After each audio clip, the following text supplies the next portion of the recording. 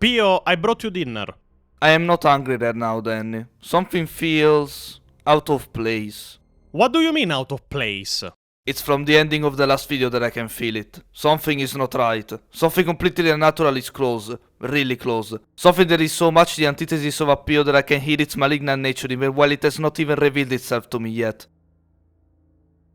The antithesis of a Pio can be anything from a peaceful community to an IRS agent. You don't realize how little that narrows it down. It's not my fault if people and governments seem to hate me inexplicably. So, war crimes, tax evasion, invasion of territory, creating a dictatorship in Brazil, whatever you did in the territory of former Yugoslavia, and stealing candies from a child doesn't explain why the world might not have a good outlook on you? Hey, in my defense, those candies were pretty good. Why do I even let you out of the basement at this point? If we die with vengeance on our lips.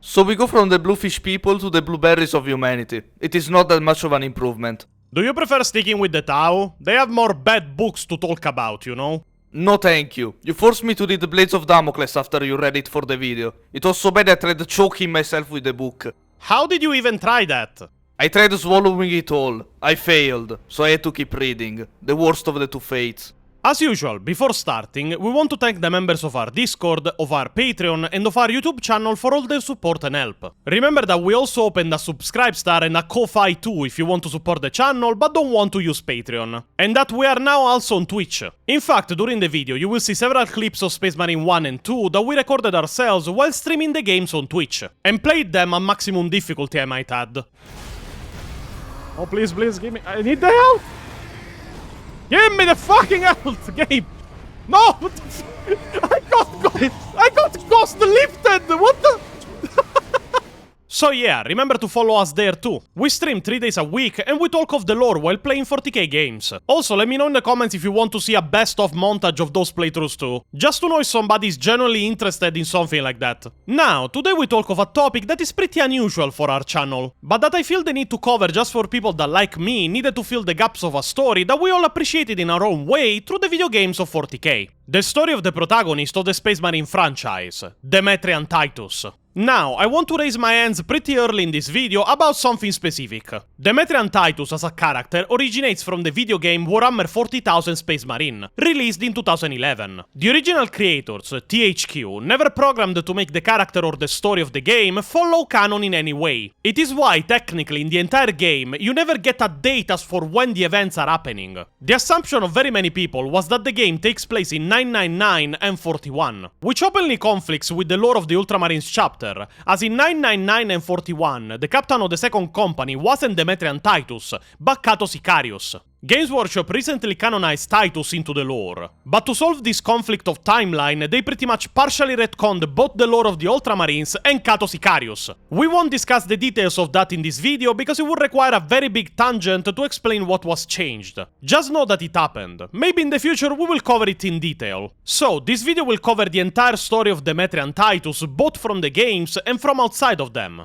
In fact, Titus now has a lot more lore than many people even realize, as we know his origin story even before the events of the first game. Demetrian Titus was born on the agri-world of Tarentus around 80 years before High Fleet Behemoth invaded Macragge. For reference for the people that don't know about this lore, it is talking of what is renowned in the canon of 40k as the First Tyrannic War. That happened in 745 and 41, meaning that Titus was born around the year 665 and 41. We will cover the Tyrannic Wars at some point, sooner than you imagine too. He was the only child of a humble family of modest means, but he showed promising abilities even as a young boy, and was chosen by the selectors of the scout company of the Ultramarines to undertake the trial to try and become a Space Marine. He succeeded in the trials and was introduced first into the scout company and slowly made his way into becoming a true Ultramarine. After little more than 50 years of service in the chapter, he had risen through the ranks to become a decorated warrior of the Ultramarines' 2nd Battle Company. A company that is frequently called to fight in the defense of the Imperium far from the borders of Ultramar, the territory and home of the Ultramarines chapter. When the bioships of High Fleet Behemoth invaded the Ultramar realm during the First Tyrannic War,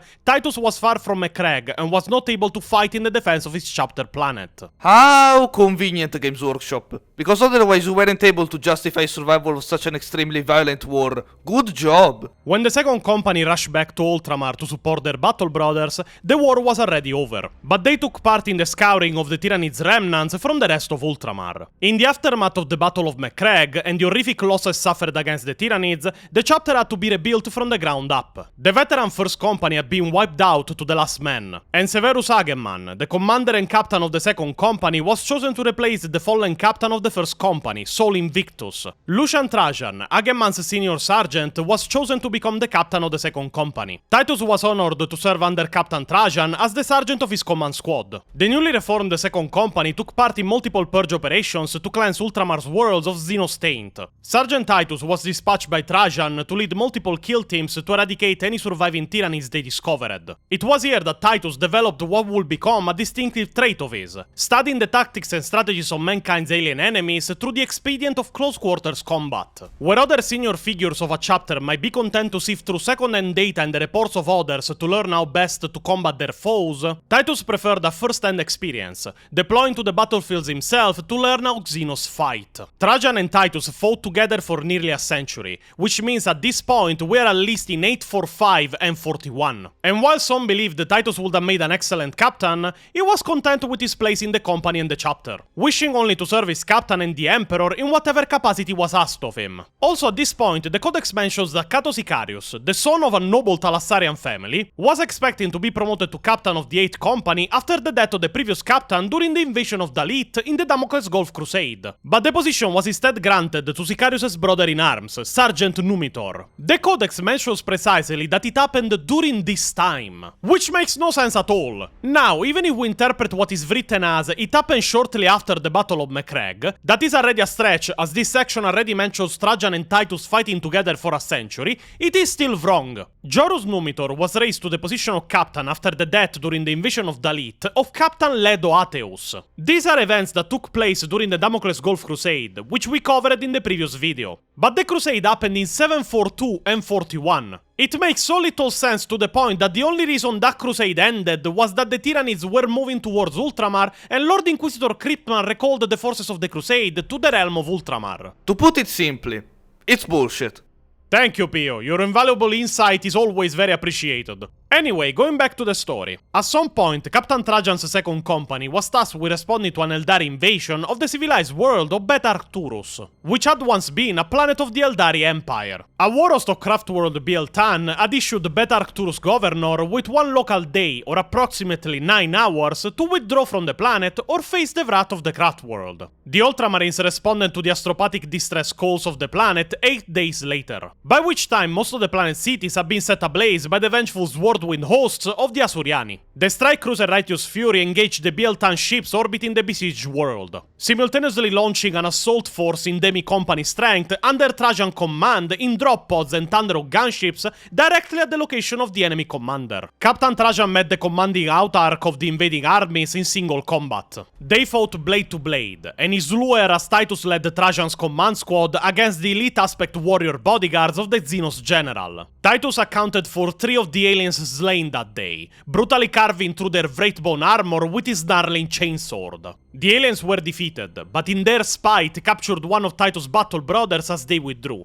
a young warrior named Leandros. Yeah, they can keep him. We don't want him back. In fact, I will pay them to keep him if it was possible. Captain Trajan led a combat squad to recover Leandros. Fuck! Ordering Titus to secure the battlefield and await their return. The Eldari, however, managed to lure Trajan into an ambush. Revealing hidden forces not yet committed to the battle, the vengeful Biel-Tani surrounded Trajan and cruelly cut him down. Titus led a counterattack that recovered Trajan's body, and assumed command of the strike force that went on to drive the alien aggressors from Beta Arcturus for good. Titus' temporary captaincy of the 2nd Company was made permanent by Chapter Master Marneus Calgar, granting Titus command of the Second Company after they bore Trajan's body back to Macragge to be interred within a grand sepulchre within the fortress of Hera. Titus went on to lead the Second Company to victory after victory in the name of the Imperium of Men. Many senior Ultramarines, like First Commander Hageman and Chapter Master Marnius Calgar, regarded him as a model of the humility expected of their chapter, while also being an exemplary warrior and very gifted strategist.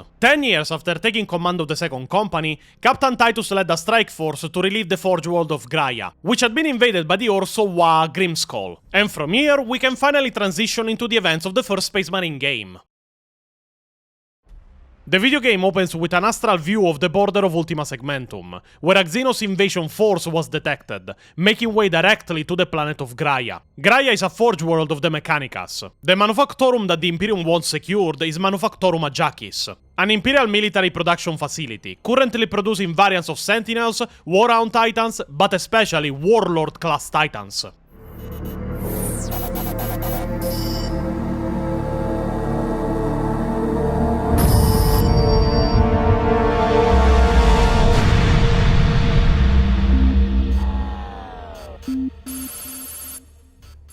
And I will say, I love how the first solution the Administrator in communication with the Imperial forces and its rulers proposes is Exterminatus, when they want to secure the Titans and their manufacturing facilities. Yeah, I want this place safe.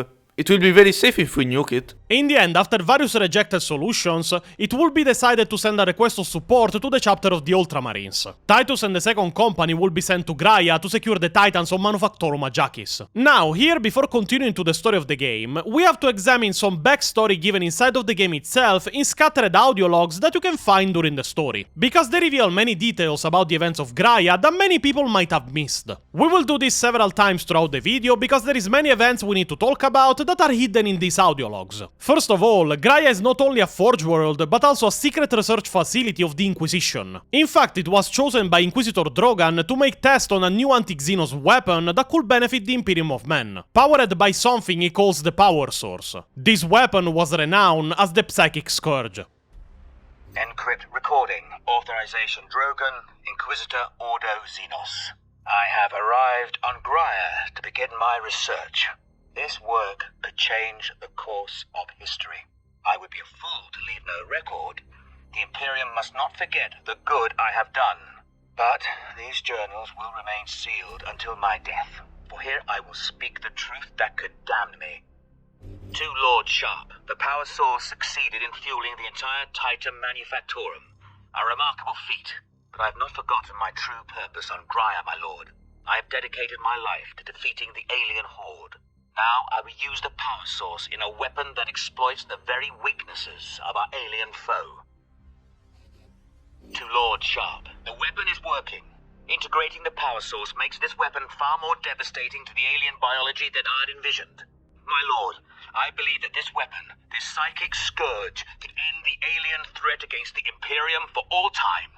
These audio logs also reveal something very interesting. The power source is not some kind of relic that the Inquisitor found, but in fact it is a crystal of warp energy summoned into reality by Inquisitor Drogan by mistake during traveling the warp. Drogan is a psyker, but let's hear from him how it happened. On that fateful journey through the warp, in my exhausted musings, I let my guard down, something a psyker should never do. My desire, my psychic will, reached out into the warp, and the warp reached back. A spark of warp energy appeared before me, tentative, flickering, and powerful. I felt it batter my psychic shields. My shock was absolute. I lost focus, and the spark disappeared. I knew I had to get it back. With my psychic abilities, I had drawn energy from the warp. If I could summon it again, contain it, control it, then perhaps I could use it to defend the Imperium. So, I made another interstellar journey through the warp. Barely daring to hope, I lowered my psychic defenses and willed the energy to return. And it did. I captured the spark in a containment device and marveled at its potential. My work could now begin. It is at this point, after having contained the spark as he calls it, that he will choose Graia for his experiments. With my psychic abilities, I had drawn energy from the warp. I found a planet where I could work unobserved. A remote forge world. The Adeptus Mechanicus gave me free rein when I told them I was developing a weapon with a new, unorthodox energy source. They knew the Xenos will soon choke humanity out of the galaxy. If my weapon will help keep our species alive, it will not ask questions. Desperation cuts through bureaucracy. At that point, Drogan tested the energy source in the Titan Manufactorum to see its abilities, managing to use it to power the entire Manufactorum all at once. But at the same time, he started noticing that something was pushing against its psychic defenses, as if he had been noticed when he had lowered his guard in the warp. He would end up requesting alien subjects from the Ordo Xenos to test the capabilities of the energy source directly on them, and they were delivered in his laboratory at Manufactorum Ajakis. Stench of aliens permeates this facility, but it is tolerable because it represents progress. I acquired specimens for experimentation. Orc, Tau, Eldar, even a Tyranid Lictor, which nearly caused a revolt among my tech priest allies. I designed the weapon to use the warp energies to target the weak points in the Xenos brain and rupture them. That is the tidy theory. When I put it into practice, however, the specimen's head explodes. Distasteful, but effective. The weapon works. The Psychic Scourge proved successful, and testing still proceeded. I've encountered unexpected results. The warp energies affect different species in different ways. Essentially, I can tune this weapon to cause maximum damage to whatever enemy we face. If humans are caught in the blast wave, they will not be harmed. Good news, I suppose. I've not slept in 2 days. The more I use the warp device, the stronger the assault on my psychic shield.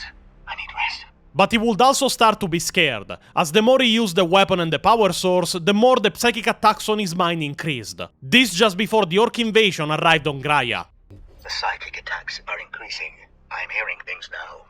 A name, a constant whisper in my mind. I must withstand it. Because something completely unexpected has happened. Orcs are invading this planet. The timing is perfect. The Psychic Scourge weapon is nearly ready, and millions of orcs will prove the ultimate test subjects. I will save this planet. History will remember this as the moment we turn the tide against the alien threat to our people. And now we can return to the game. To the first time we meet Demetrian Titus officially, during the descent on Graia itself.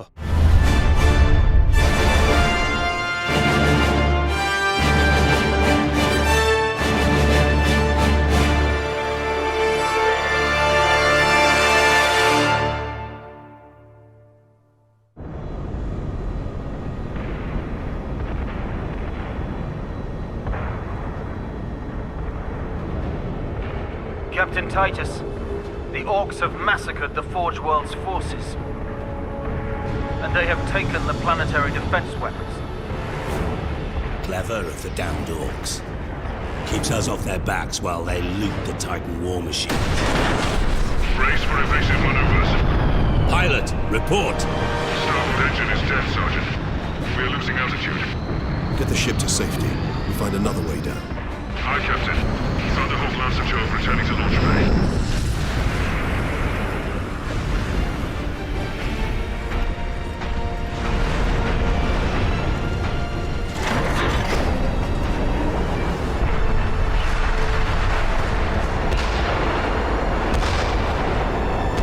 This is your plan. We need to get to the surface to take out the gun battery.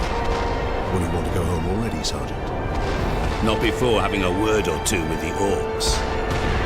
Is that wise, Captain? The Codex Astartes does not support this action.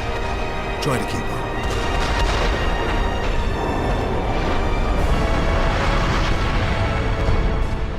Titus would end up dropping directly onto an Orc ship and manage to disable it, making it crash directly on the planet and stopping its destruction of the fleet in orbit.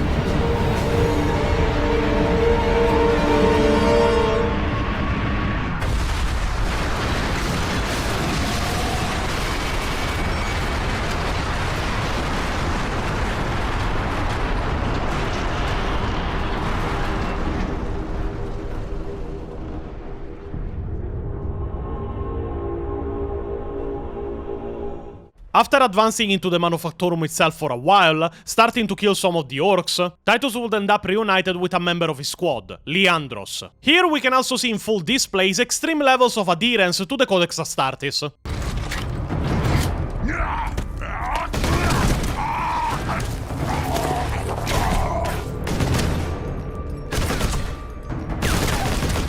Leandros, are you wounded? The Codex Astartes warns against using jump packs to leap blindly into enemy fire, and for good reason. Your days as a novice are behind you. Why do you still interpret the Codex so narrowly? I look to its rules for guidance. We all do. But there are also benefits to thinking for yourself, Wardens.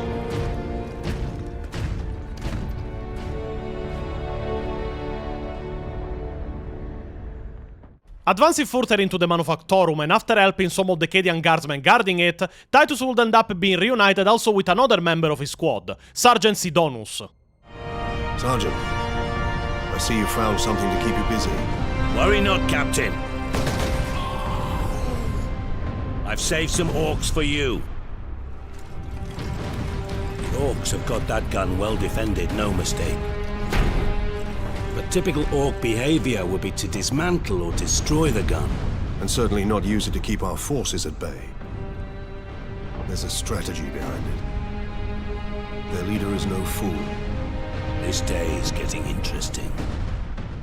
From here, after advancing further and meeting with the current commander of the Cadians in that sector of the planet, Lieutenant Mira, the squad of Titus will make their way to the planetary defense weapon to reconquer it, as it was keeping at bay all the reinforcements sent to the planet. But realizing that controlling the gun while the planet was invaded by the orcs was impossible, Titus would end up deciding to destroy it by attaching a melt-a-bomb to one of his shells. They will make it outside the facility just barely before the gun was destroyed.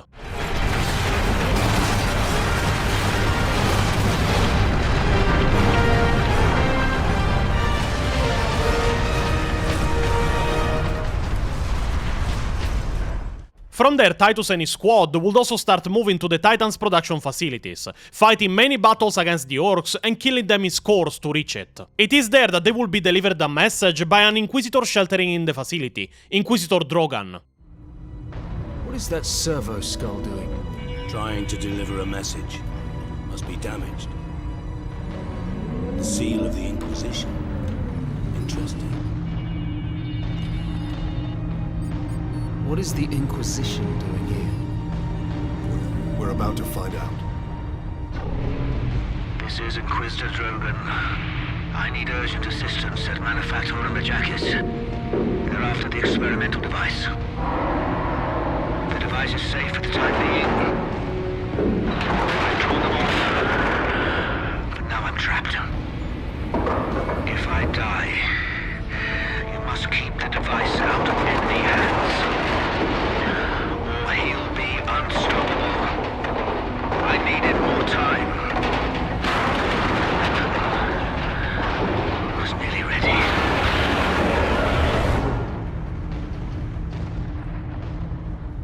An experimental weapon. We need to find the Inquisitor before the orcs do.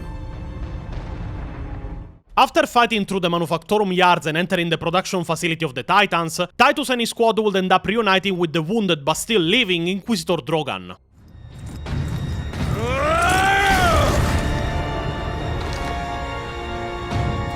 Inquisitor Drogan? I am Drogan. And you are? Captain Titus of the Ultramarines. We received your distress call, but you seem to have weathered the enemy's attack. I am soldier and scientist, both, Captain. What is the status of the experimental device? The power source is running the entire Manufactorum from the generator room. This device is a fuel source, not a weapon? It is a complex device and an unstable one. If the orcs find it, they'll try and take it apart. It could detonate with enough force to destroy the entire planet. Then we must move it to safety. And for that, Captain, I need your aid. This way. After fighting through a sea of orcs, including even an orc weird boy, Titus, Drogan and the rest of the squad will make their way to the base of the Manufactorum, where the power source was kept to power the entire facility, but when Titus grabbed it, the entire room collapsed under his feet.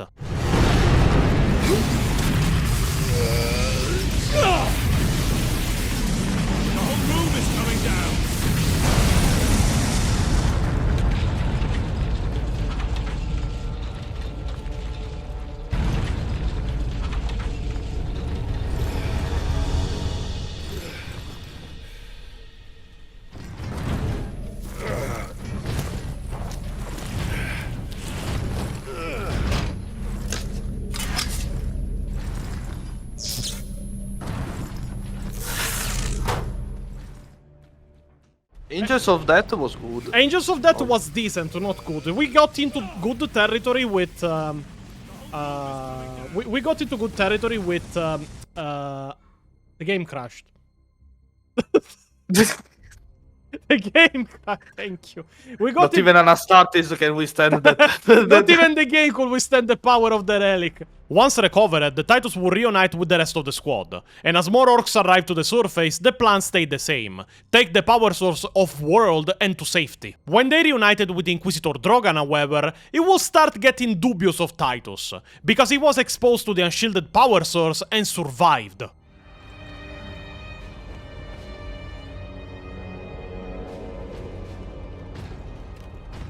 Inquisitor Drogan, we need to get you off planet before we're overrun by orcs. You were exposed to the unshielded power source. In the generator room, I saw it. You held raw energy from the warp. How are you still alive? The power source conducts warp energies. The stuff of chaos. Heresy. My work against the Xenos has the Imperium's blessing. Can your blessed work help us against the orcs? My research is of the utmost secrecy. The Imperium forbids its use without sanction.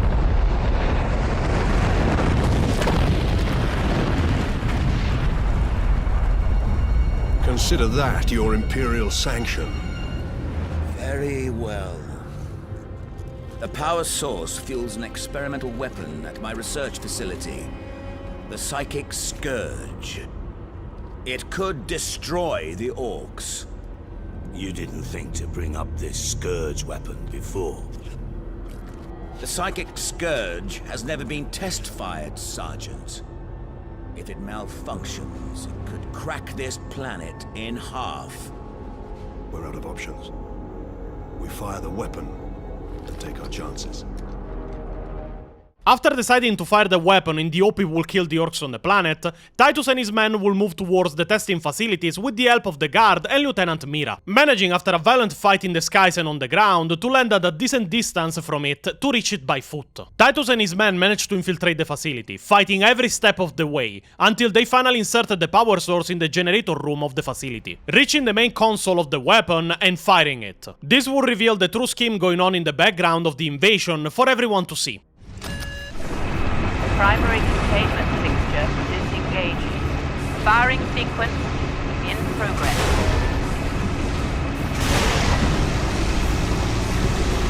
Firing now. Alarm.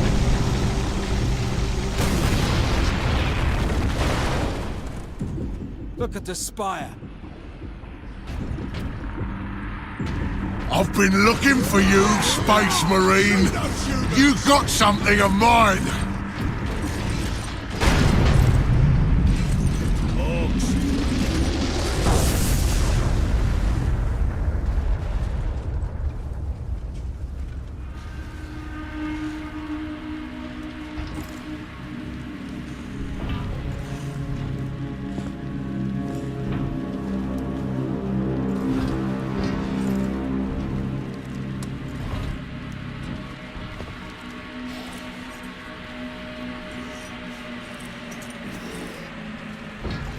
Why didn't it work?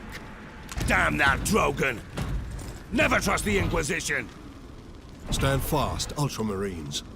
We can handle a few orcs. Space Marine!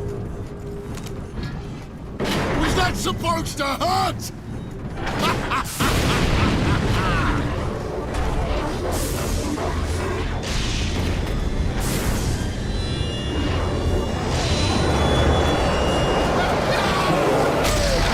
Chaos demons! How is this possible? You got new friends now, Space Marine!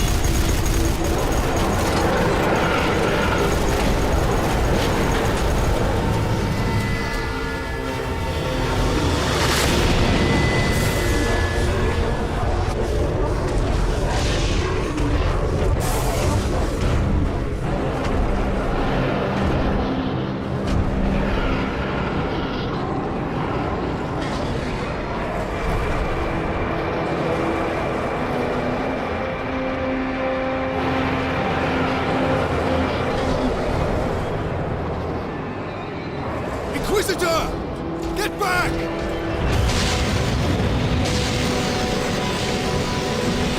How heroic. Drogon!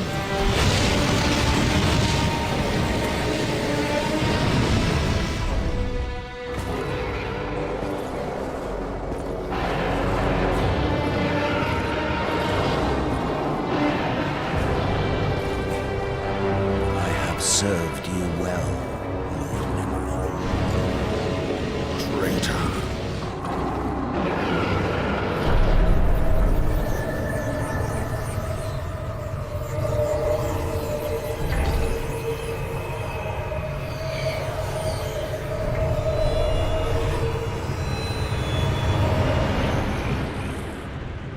I see. My servant did all that I hoped and more. But he would never have succeeded without you, Captain Titus. Thanks to these brave space marines, we have broken through to this reality. The blessed gateway.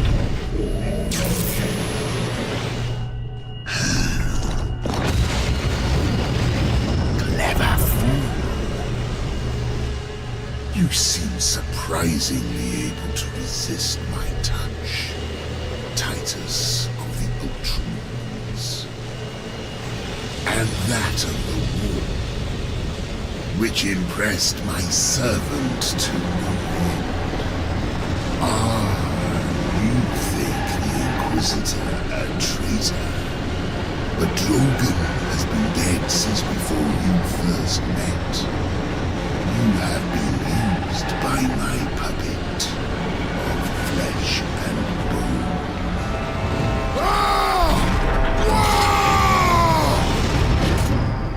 I ain't so easy to kill.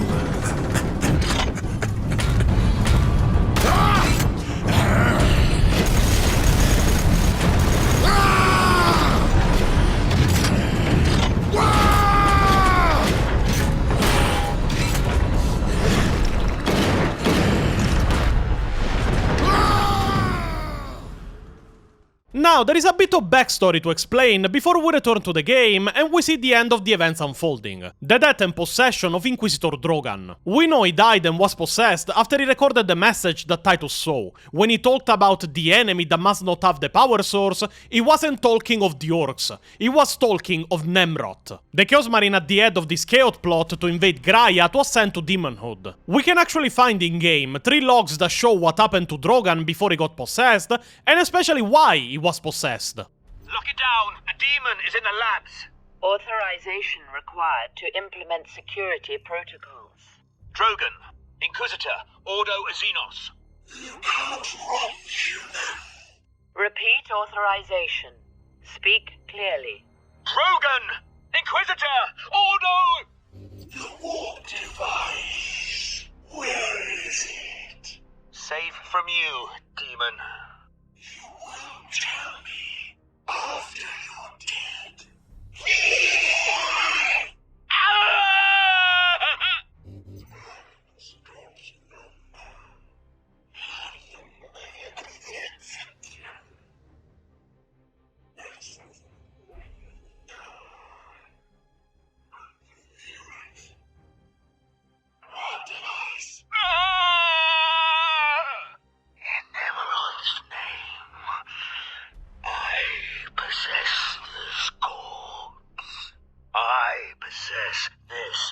Inquisitor. I possess his secrets. A warp device is here. So close. But how can I get to... So yes, the warp broke through while Drogon was testing the weapon. He was killed by a demon serving Lord Nemrod, and his corpse possessed to retrieve the power source. We can return to the game now. As the Marines started advancing towards the Chaos Gate that was now opening to shut it down, Leandros will start showing doubts about Titus and his allegiance. The Codex Astartes warns that those in league with Chaos can withstand the warp's touch. You forget yourself, Ultramarine. Leandros, I do not take this warp resistance lightly. But the search for answers must wait until after we deal with this Chaos invasion. What if that is too late? Leandros, enough. We need to keep moving. Now the war will become a three-way battle between Imperial Guard and Ultramarines against Orc forces and Chaos forces, including cultists, Chaos Marines, Demons of Khorne, and even Blight drones of Nargol. As Titus and the others advance towards the spire where the Chaos portal had been opened, however, he will be confronted one final time by Orc war boss Grimskull.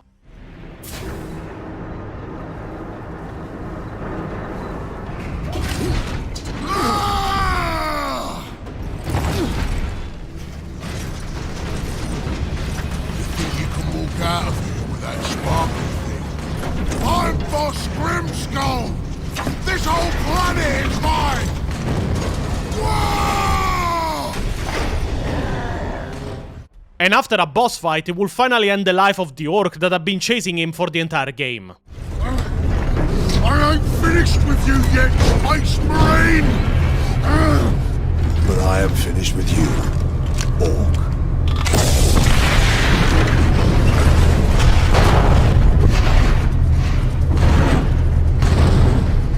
Now the plan was to reach the Warlord Titan that was ready for deployment in the vaults of the Manufactorum, and use it to shoot at the spire and collapse it to close the warp portal.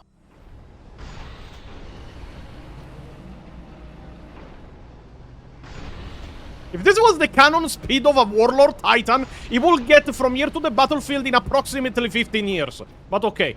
After supercharging the Titan weapons to fire at the spire, the plan seemed to work, as the warp portal seemed to start closing.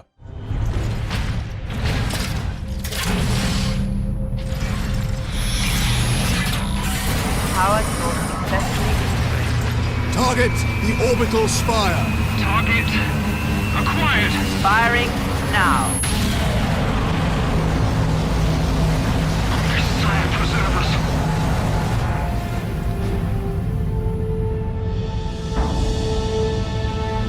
Titus at that point would entrust the power source to Sergeant Sidonus, so that he could get off-world and get it to safety. But this plan unfortunately will fail.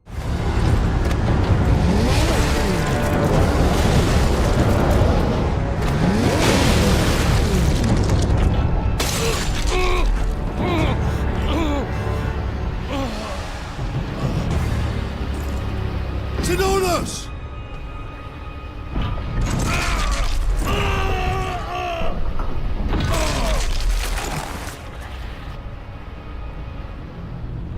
At last!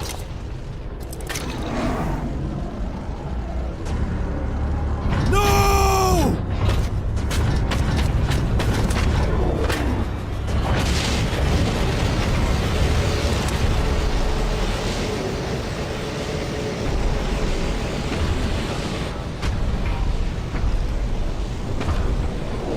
Such a pretty bauble, hiding such immense power. This device is a gift from the Chaos Gods. It holds the key to my evolution, to my ascension to immortal demonhood. My armies will spill humanity's blood across the stars. You continue to resist my touch. Only a deep connection to the warp can explain this. Also, the fact that Nemrod mentioned the connection of Titus with the warp instantly disproves all the damn theories about him being a blank, as blanks don't have a connection to the warp. Will you be joining us soon, brother?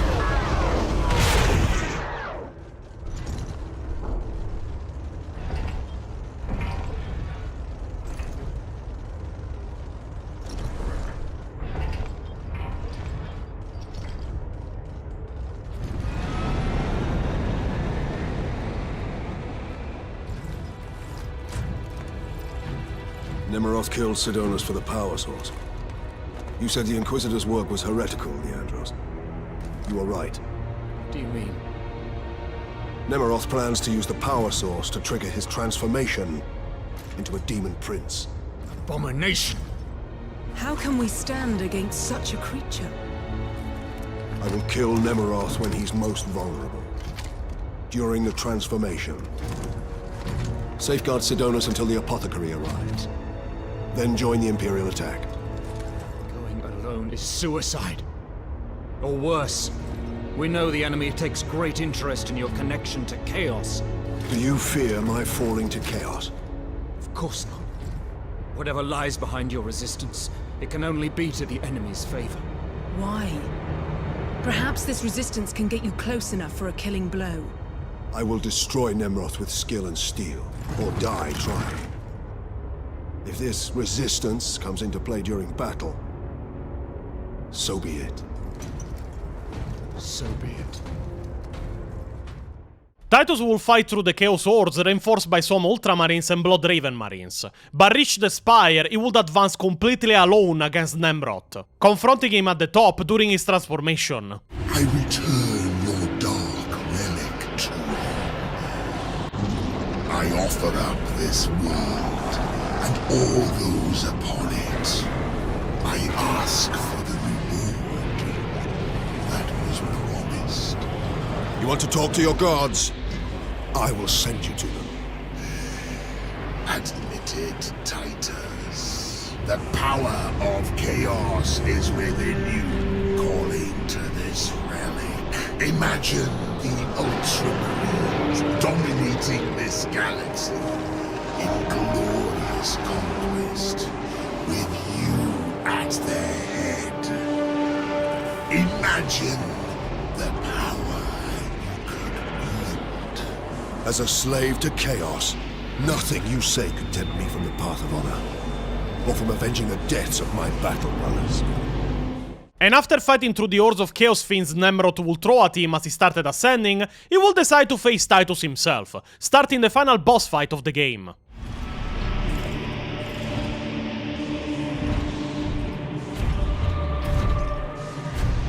Killing my servants matters little. I am unassailable. The gods of chaos protect me with the very energies of creation.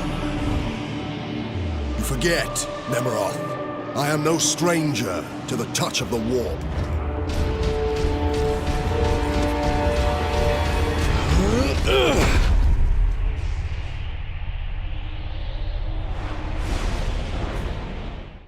Quickly pressing right click is almost impossible. What the fuck are you aiming, Titus? What the fuck? Why are you choosing diagonally? That's not where the enemy is, Titus. What is it with bugs in this game? Titus will end up killing Nemeroth, and as he disappears from reality, Titus will finally destroy the power source for good.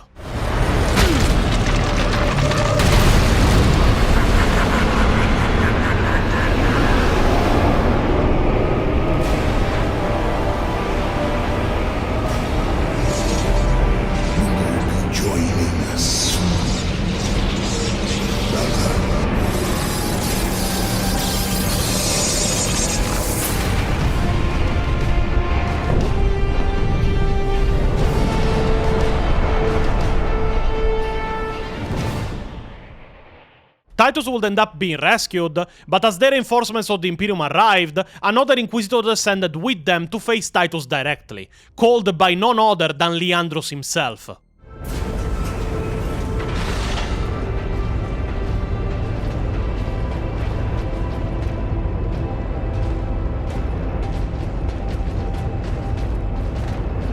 The damned Inquisition is here.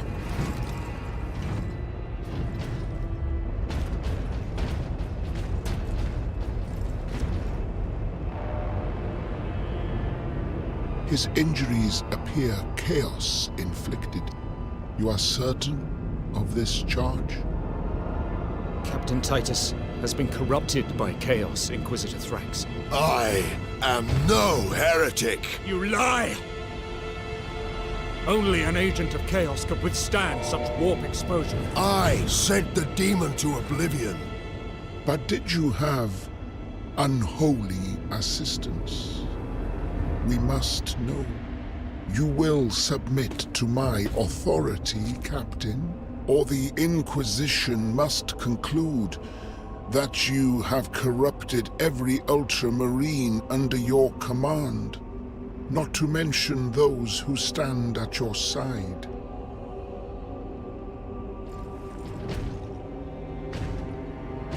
Ignore his threats. Come on. The Inquisition will destroy you, Mira, and the Ultramarines will be forever dishonored. Leave my brothers and the Lieutenant alone. I will come with you. I do not know why I can resist the touch of chaos, but I swear I will discover the truth. We will discover many truths, Space Marine. Codex Astartes leaves no room for doubt. You cannot touch the warp and emerge unscathed. The Codex Astartes is a set of rules. They guide us, shape us as Ultramarines, teach us to hold duty and honor sacred above all. But how we live with those rules is the true test of a Space Marine. And you have failed.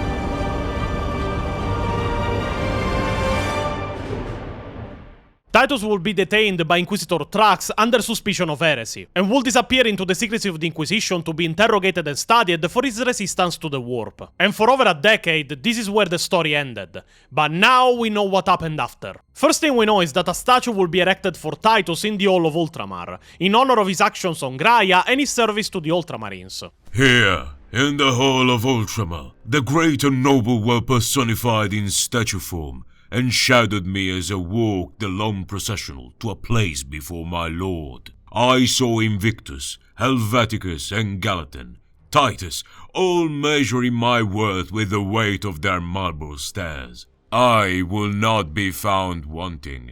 Titus will spend more than a century in the custody of Inquisitor Thrax, as the Inquisitor attempted to establish the reason for Titus' resistance to the empiric energies unleashed on Graia. He was psychically scourged and subjected to brutal mind trolls, and even though no sign of corruption could be discerned, the Inquisitor refused to relinquish his captive. During this time, Chapter Master Marneus Calgar made numerous petitions to the representatives of the Holy Orders of the Inquisition, demanding that his captain be returned to the Brotherhood of the Ultramarines. This request will be useless. Calgar will never hear back from Inquisitor Thrax, nor have any kind of news on the now missing Demetrian Titus. Cato Sicarius would at this point be promoted to captaincy in the second company. Let me reiterate. Fuck Leandros! Now the story continues a bit backwards, in the sense that we need to cover Inquisitor Thrax to resume the story of Titus. Inquisitor Jerome Thrax had served as an Inquisitor Ordinary for more than 400 years before the invasion of Graia. Having been schooled as an interrogator by the legendary demon hunter Inquisitor Faust, Thrax was an avowed member of the Ordo Malleus. Yet he was also a scholar and a student of history, and a firm believer that the monstrous angels of the Emperor, the Space Marines of the Adeptus Astartes, represented a significant threat of heresy and warp corruption. So he took it upon himself to monitor the activities of a number of chapters, particularly in Segmentum Solar and Segmentum Tempestus, to ensure they stayed within the boundaries of operation set for them. The only reason Inquisitor Thrax moved to reach Graia, in the Ultima Segmentum, was that his agents intercepted a Mechanicus binaric distress message from Graian Tech Priest, identifying a warband of Chaos Space Marines led by renegade Lord Nemroth on the planet. Thrax arrived to discover that Titus had been deceived by the demonically possessed form of a member of the Ordo Xenos, Inquisitor Drogan. Little trivia. The White Dwarf covering Titus' backstory, White Dwarf number 498, misspells the name of the Inquisitor as Drogon, but no, he's Inquisitor Drogan. Titus had displayed uncommon resistance to the raw power of the warp unleashed by the power source, and he was also manipulated by the possessed body of Inquisitor Drogan. This is all Thrax needed to take Titus away and perform thorough interrogations of the captain's body and soul. While Titus was left in a stasis cell in a secure inquisitorial facility in between interrogations, Inquisitor Thrax continued his self-appointed watch over the Space Marines in Segmentum Solar and Tempestus. His voice was one of the first to raise concerns over the actions of Lufti Euron, the so-called Tyrant of Badab, in the years leading up to what will become known as the Badab War. Which is weird, because I fucking covered the entire war beginning to end, and he's not even one of the Inquisitors mentioned there. So this is news to me. Thank you, Games Workshop. Badab War Part 6 when, Pontius? Do you want back in the Demonculaba? Thrax personally declared excommunicate Traitoris 6 chapters in the span of a century, leading to further bloodshed between Space Marine forces. When Darnat Lysander, who had been lost in the war for centuries, returned to the Imperium, Thrax demanded that the Imperial Fist hand him over to the Inquisitor's custody, so he could establish if Lysander was as uncorrupted as he seemed. This request was overruled by the Inquisitorial representative on the Senatorum Imperialis. Thrax was finally undone when he led a strike force of Grey Knights to cleanse the fortress monastery of the Grey Slayers chapter. The feral world from which the Grey Slayers recruited from had turned to the worship of unclean powers, and the taint had spread also into the chapter itself. The Grey Knights fought and destroyed the entire chapter, but during his investigation into the origins of the chapter's corruption, Thrax was possessed by a demon. The Grey Knights at that point killed him too, as he was possessed by chaos. An Ordo Malleus conclave at that point was dispatched and tasked with investigating Thrax's dealings, to determine how one of their number had fallen to the powers of the warp. After the death of Thrax, forces belonging to the Space Marine chapter of the Red Hunters were dispatched to investigate and secure the Inquisitor's holdings. In a remote Inquisitorial watch station far to the galactic south, a Red Hunters kill team discovered almost a score of Space Marine interrogation subjects locked in stasis cells, preserved from the passage of time. Titus's story would have ended there if the Inquisitor overseeing the kill team had so decided, but she instead decided to send Titus and several of the other Space Marines to the Deathwatch fortress of Watcher Keep to be evaluated. Titus was deemed untainted and fit for service, joining the Deathwatch as a Black Shield. Black Shields are usually marked with great shames, crimes or dishonors, so they hide their chapter of origin with a black pauldron instead of a pauldron with their chapter insignia. Having received no word from his brethren since his incarceration, he came to believe that he had brought shame upon his name and that of the noble Ultramarines, and determined that he was not worthy to bear the chapter's name. So he served as best he could in the Deathwatch as a Space Marine of unknown origins. Amongst Watcher's Keep's kill teams, Titus demonstrated a familiarity with many of the alien species considered to be the greatest threats to the Imperium. He took on the name of Nullus, utterly divesting himself of his past identity to devote himself fully to defeating the Xenos. When the hive ships of Hive Fleet Leviathan emerged from beneath the galactic plane in the Imperium's western reaches, many among humanity's defenders in the region had no real comprehension of the foe they faced. As the messengers reached Terra to request for help, the watch fortresses of the Deathwatch were already deploying strike forces of alien hunters steeped in the arts of tyranny slaying. Watchmaster Vaedrian Shenol, the Black Castellan of Watcher Keep, authorized his watch company Primus to join up with the Deathwatch forces dispatched from Fort Obsidius into several Imperial systems in Segmentum Pacificus. Titus will deploy as part of Kill Team Kazeran, deployed into the Decidius system via Corvus Blackstar. But this is going a bit too far, as we are entering into game territory again. This is all recent addition to the lore. Do you want to know where 40k fans saw Titus again for the first time? We saw him again in the Warhammer 40k Space Marine 2 cinematic trailer, because you can guess who the protagonist of the game is.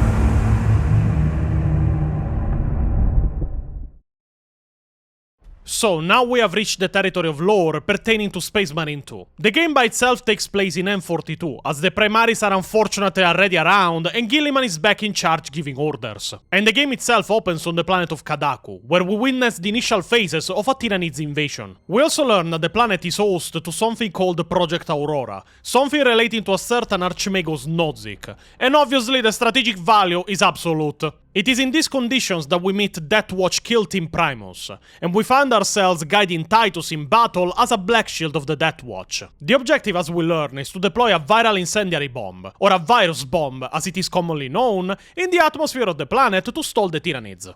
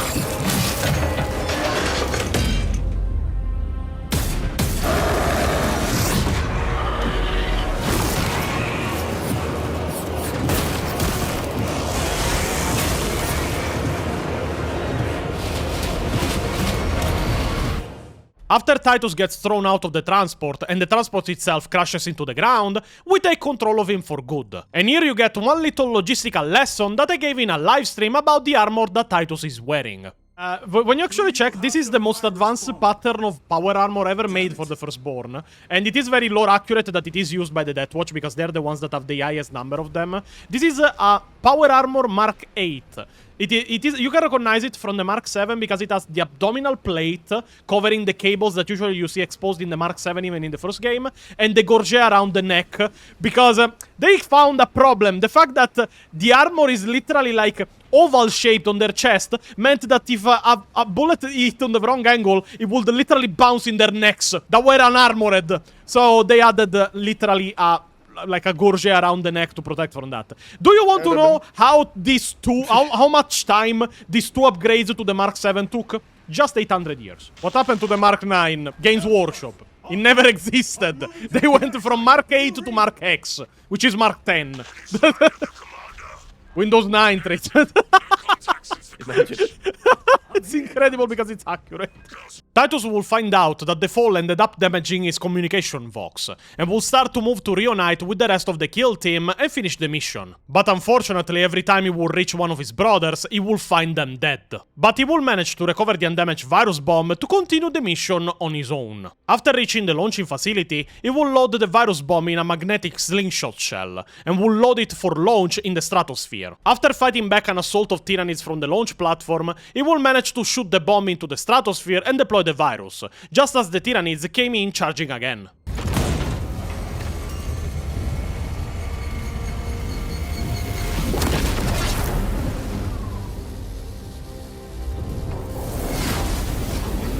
It is done.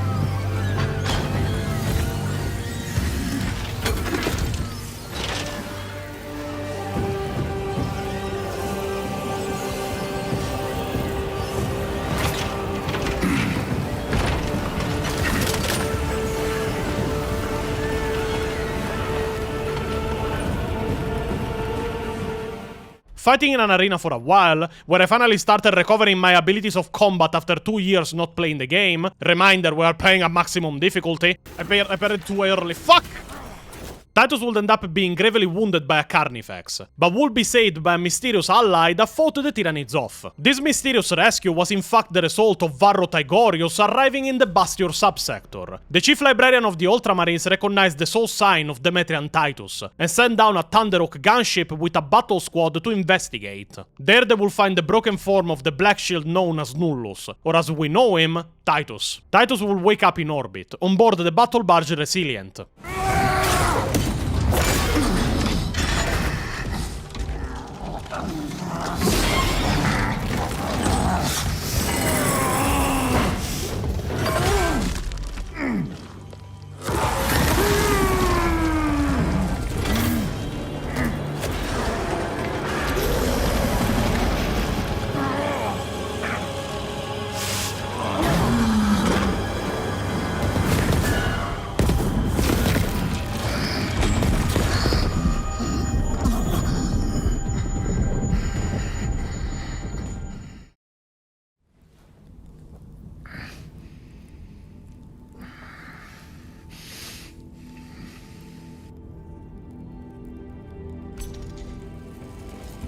Praise the Emperor.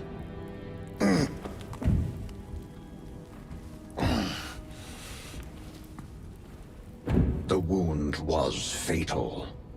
You survived only through the Rubicon surgery. We remade you.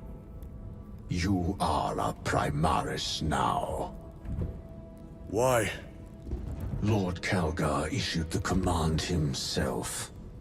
Is he here? Gone. Summoned by the Primarch. I must get back to the Watch Fortress. You have been reassigned. My place is with the Death Watch. The Inquisition can find no stain on you, Titus. Accused of heresy. You have served penance in the Death Watch for almost a century. And not once have you faltered. But you will never know redemption until you have faced the judgment of your brothers. Prove yourself to us and know true absolution.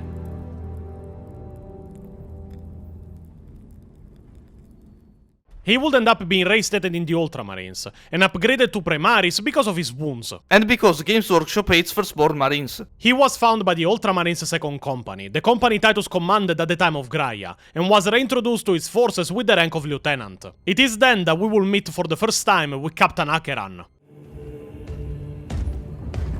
My lord. Lieutenant Titus reporting for duty. Have Sergeant Gadriel report to the bridge. How are your wounds? Good enough. I'll be straight with you, Titus. I have my reservations about your reinstatement. There could be questions, suspicions. I cannot afford discord among the men.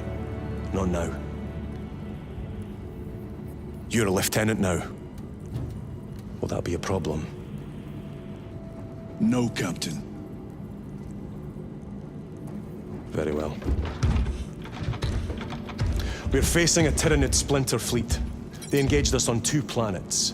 Avarax, a hive world, and Kadaku, which you already know.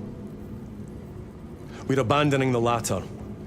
It's mostly Adeptus Mechanicus research facilities. We're evacuating critical assets and personnel.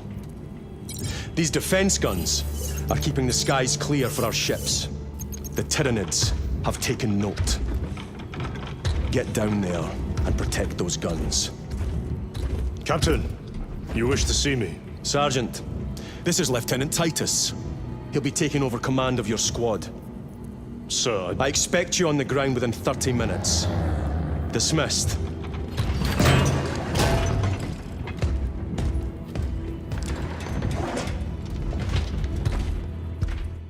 It is here that we get introduced to Sergeant Gadriel and Battle Brother Chiron, our companions and co-op characters for the rest of the game. Their first assignment?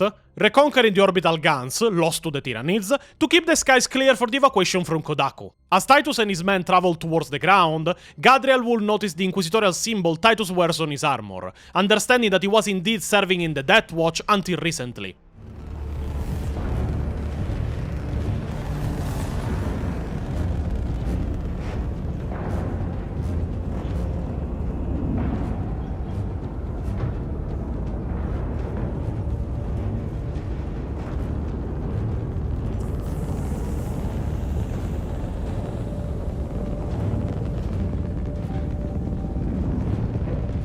Sir, you served in the Death Watch.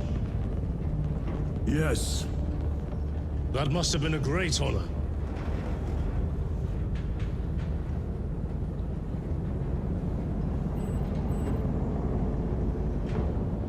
It's a privilege to serve with you. Approaching drop zone. Let's go.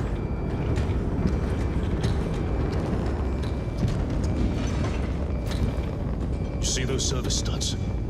Our lieutenant is over 200 years old. He couldn't have been born a Primaris. You're right. And now he has your command.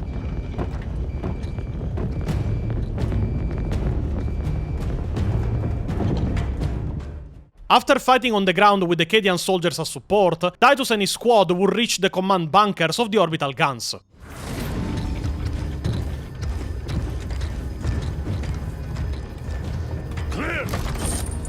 Get these guns online! Move!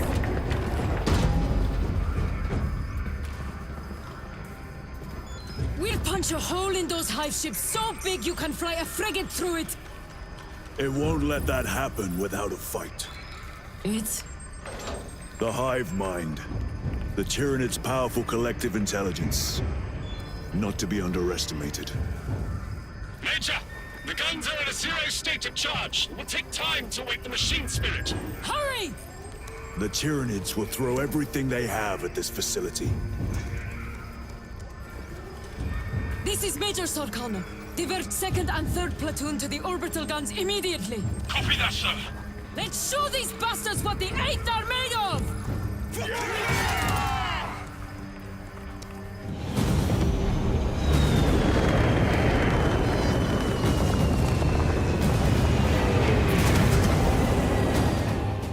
Unfortunately, the guns will need further attention as the targeting system was jammed, and the only way to unjam it will be to reach the main firing platform of the guns, and after reactivating the targeting system and defending the antennas from the Tyranids, finally, the giant plasma annihilators will fire against the hive ships in orbit. Ships burning!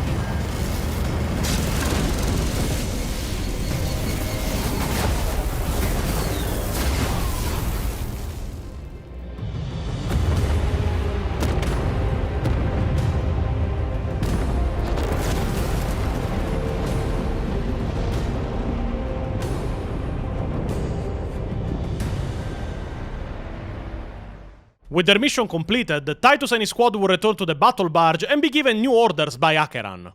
I want a scout recon of that position. Captain, get over here. Captain, I have the Mechanicus on Vox. They can wait. This is Nozick Beta 12, a Mechanicus Archmagos. He should have been aboard this ship an hour ago, but he refuses to leave Kodaku without some data from his lab. He's currently in this Imperial Guard base. His facility is here. The enemy is closing in. That base will be overrun imminently. Nozick is a high-value asset. Get that data and get him out. The mining facility. If we rupture the staging tanks, direct the flow into the valley, we can ignite the fields around the base. Boil them in promethium. I'll give you command of a small team to hit the staging tanks. 3 men. That's all I can spare.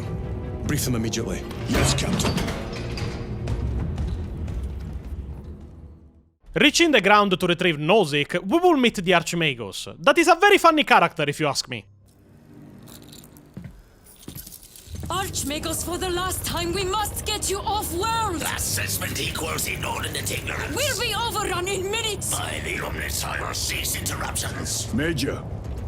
Acheran finally sends me what I asked for. Archmagos, it is imperative you evacuate immediately. Detroit will not leave without the data. Relocate to my facility. I will instruct over Vox. Meg ready to leave. This will not take long. Major, I have a 2nd unit working on a theoretical that should buy you some time. My lord! I've lost 3 squads trying to reach that lab. We think something's out there. Noted. The Emperor protects. Titus and the others will fight through the jungle against the Tyranids, facing more and more powerful bioforms and even finding dead Ultramarines on the way. They would even end up fighting a Lictor on the way to the facility. He's able to jump at all. Is he going to come down, or...? You need not to shoot him for a while. And after being insulted even more by Nozick... Cry in Italian, più. Mamma mia. Spare me the insults, Magos. I love that every time we speak with Nozick, he's just insulting us openly. I think he would have been shot the 2nd time by lore. The squad will fight through the facility, activating the transmitters for the data, and finally relaying them to Nozick, completing his request so that he could get off planet. It is then that tragedy struck. Archmagus, confirm receipt of data stream. This is Lirio. Transmission received. Nozick is on the Thunderhawk. Standing by. Get him out of here. Yes, sir. Major Sarkanu, what's your status? We've lost a lot of men! Out of heavy We're coming to you now. Nosy, are they hit? Lirio, do you read me? Major, did you see what happened? No idea! We saw no impact! That is territory claimed by the swarms. We need to reach it, fast. There is an armoring chamber below. Jump packs. Sir! The guardsmen. With respect, my lord! We're Cadians! We can take care of ourselves! Fighting with the jump axe through swarms of Tyranids, Titus and the others would reach the crash site, only to find an horrific scene in front of themselves. Everyone was dead, including Nozick. Scene in which you can notice a lot of chaos symbols, the original insignia of the Thousand Sons, and even the name of Imurav written on the wreckage.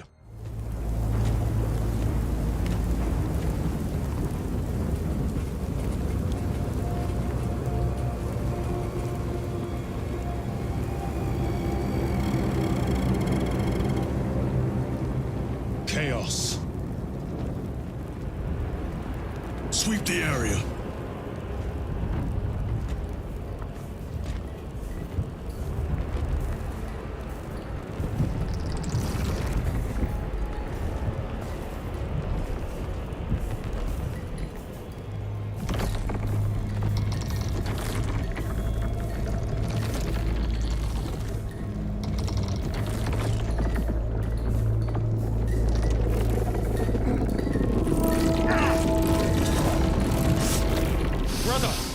I'm fine. It must be the Rubicon surgery. When? 2 days.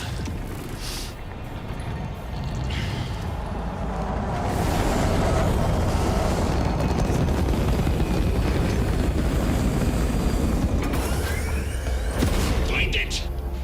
Hurry! We should go. I said I'm fine. Nozick is dead. Mission is over. Whoever did this is long gone.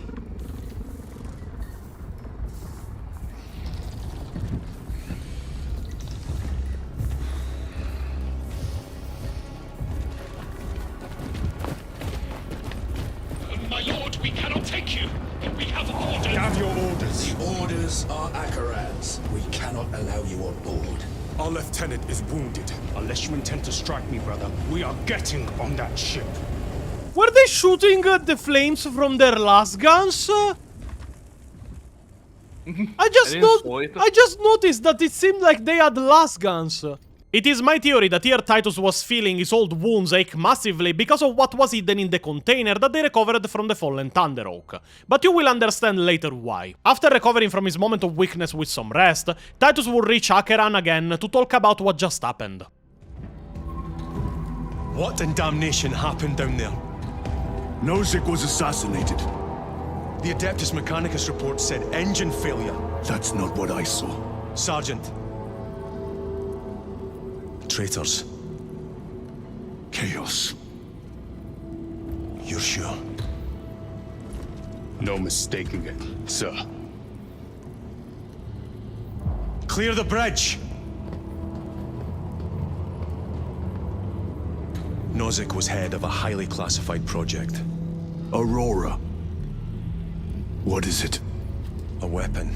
And the minions of Chaos learned of its existence. With Nozick dead, there's only one man capable of continuing the work. Morius Luz, Nozick's apprentice. He is currently missing. His last known location was a Mechanicus facility on Avarax, one that is now overrun with Tyranids. This will get you into the cogitator within the facility. You can access Luz's tracker from there. We are on course to Avarax now. I want you ready the second we enter orbit. Sir, what was on the ship with Nozick? What concern is it of yours? The Mechanicus seemed eager to retrieve it, and yet the enemy left it untouched. Whatever it is, without Luz, it's useless to us.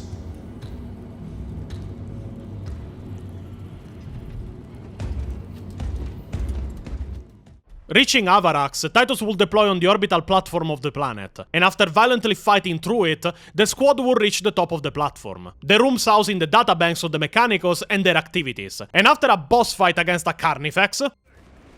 Oh fuck, I didn't saw it was going for me. I dodged him because I hit a normal count.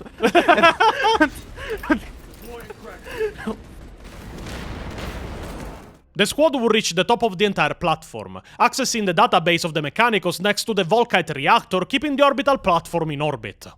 I awaken. Lieutenant Titus, Ultramarines, 2nd Company. Enter your command. Locate Marius Luz. Access denied. Access rights granted. Establish your locus. Avarax. The city. Temple of Thasian. Vitals are elevated. I'll box for a Thunderhawk. Wait. Open file Project Aurora. Register intention requisition. Open the file.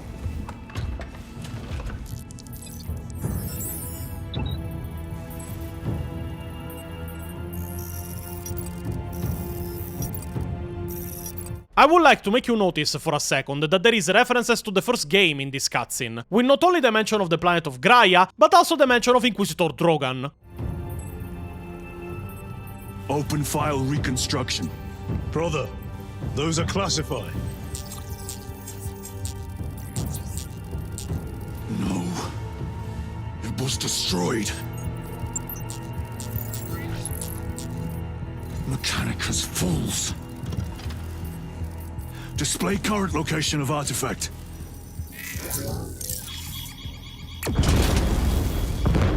Warning. Volkite reactor unstable. Meltdown imminent. This whole place will collapse onto the city beneath us.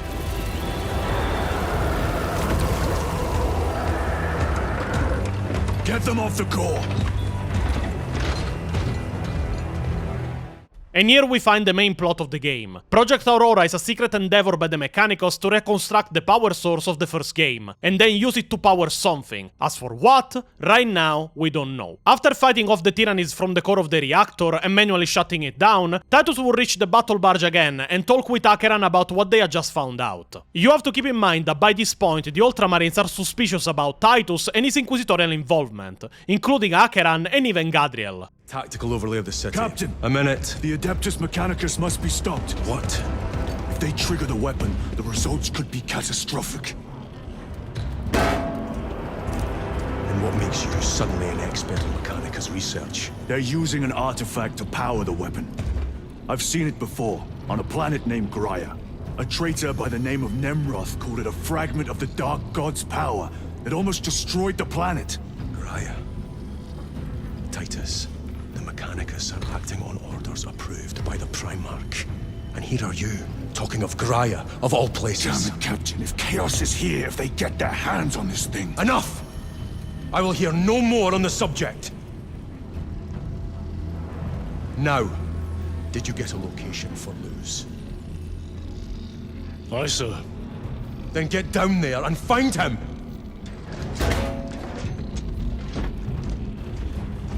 There are those who would see you sent back to the Inquisition.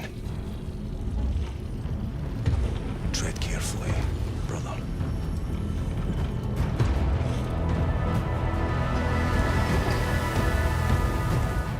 Then on Avarax, as Titus and his squad are deploying to reach the ground and find Luz, their Thunderhawk will be shot down by the Tyranids. And here there is also an Easter egg that many people missed. To make our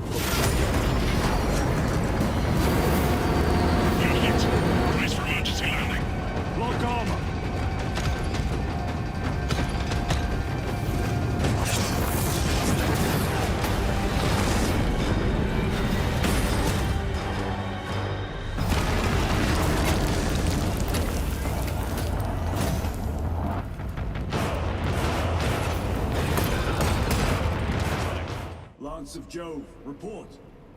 Minor damage. Tank team is inbound. Can we depend on you for extraction? Yes, Lord. We will be there. Very good, brother. The Emperor protects. Make haste. We have considerable ground to cover. The Thunderhawk is called Lance of Jove. The Thunderhawk in the first game that gets hit and forces you to actually jump out of the Thunderhawk with the jump pack at the beginning of the game was also called Lance of Jove. So every time Titus is on this fucking Thunderhawk, he gets shot down. Brace for evasive maneuvers. Pilot, report. Starboard engine is dead, Sergeant. We are losing altitude. Get the ship to safety. We'll find another way down. Aye, Captain. Thunderhawk Lance of Jove returning to launch bay. Every Thunderhawk this man boards has the same name and is always shot down. He's an honorary lamenter. And after defeating the Neurotrope, in my experience the most annoying enemy of the entire game, we will finally be confronted by the forces of Chaos and the Thousand Sons. Kill them!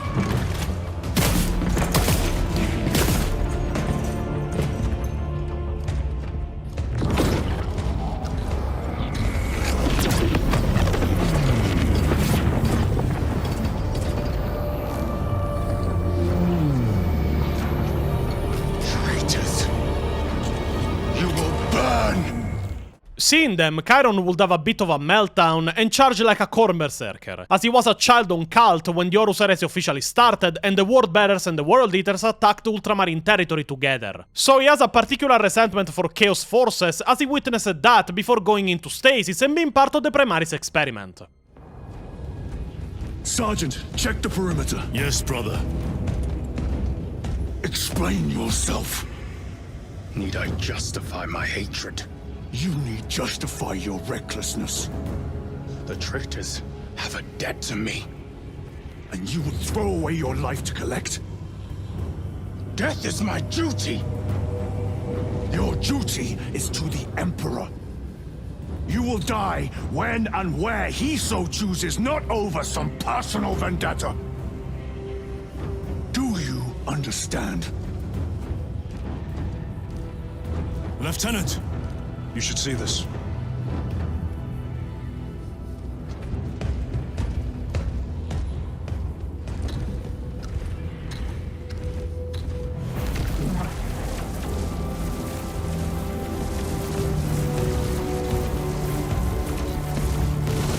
Luz must be in there. They're using some kind of shield. The altars. Same ones we encountered earlier. They must generate the shield. Destroy them. Then purge these abominations from the face of this world. But anyway, is that a sanguineous statue or... Wait, which one? That one. Which one? The giant statue there. Oh, I don't know, maybe. I mean, let alone the fact that there are literal symbols of the Blood Angels and the heart made of rubies at the chest of his armor. The wings, you know, the spear. Could be anyone, really. Maybe Rogaldor. Could be anyone. In the end, the squad will reach the bunker Luz was taking refuge in, fighting off Chaos forces and rescuing him. Lance of Jove, stand by for extraction. Affirmative.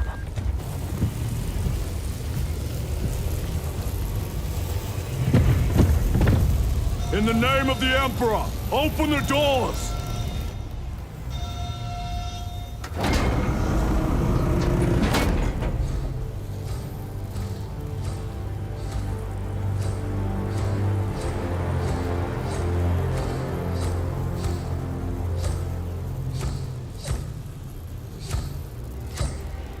Morius Luz.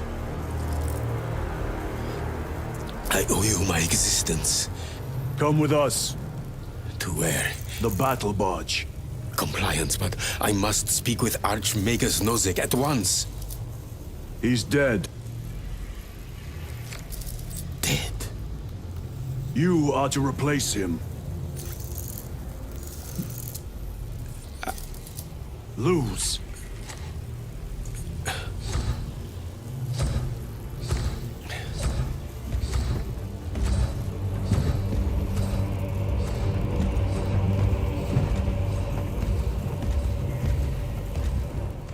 Unfortunately, however, the fear of Titus would end up creating even more doubts with his brothers, especially when Luz will learn of his name. The power source. It's dangerous. I have spent my life studying it. I assure you it's quite safe, in the right hands. Arrogance. Arrogance? Why must the Mechanicus meddle with the unknown? We follow the will of the Omnisire. Go ahead. Titus, report to Captain Akaran immediately on arrival. Confirmed. Titus? A Captain Titus was killed on the Forge world of Graia over a century ago. He died holding the power source in his hands. Not even an Astartes could survive power of that magnitude.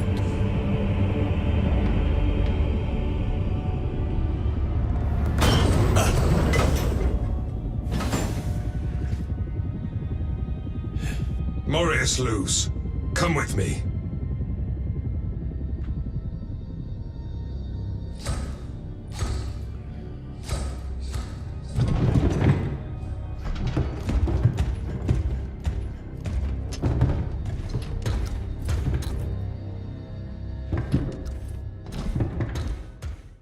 The reunion with Captain Akaran will not bring good news either.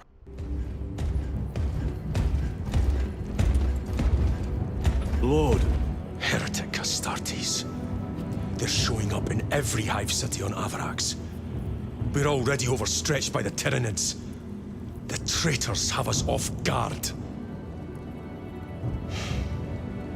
The Adeptus Mechanicus tell me Aurora is ready.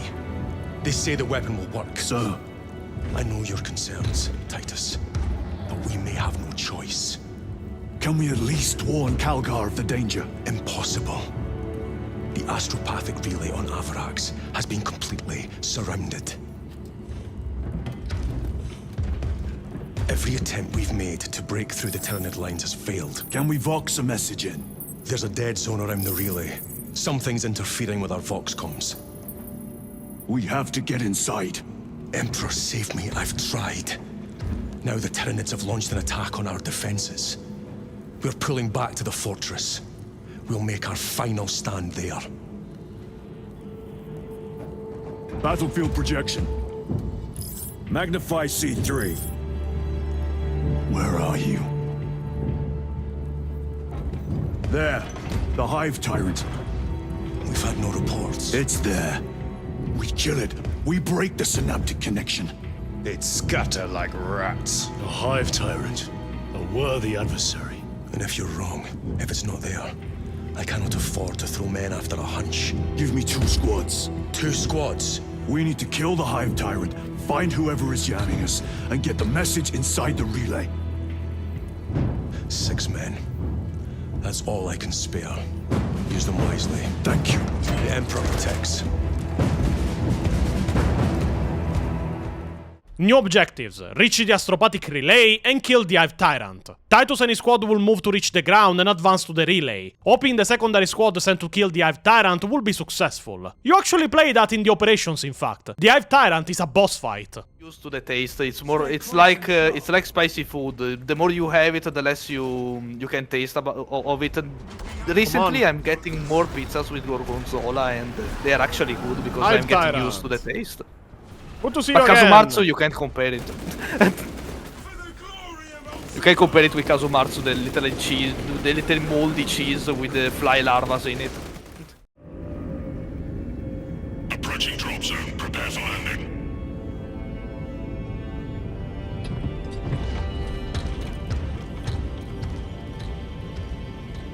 Lieutenant, it should be us facing the Hive Tyrant. Talassa can handle it. They have 3 men. We should be with them, but you have us playing courier. That message has to get through. And what exactly is that message? Speak your mind, brother. I searched the archives. You were once captain of the 2nd Company, and then you disappeared over a century ago. I was serving with the Death Watch.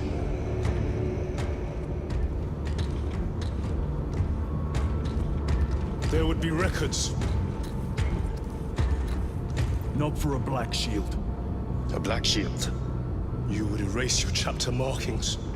I would die for these colors. Then why? I was accused. It was my penance. What were you accused of?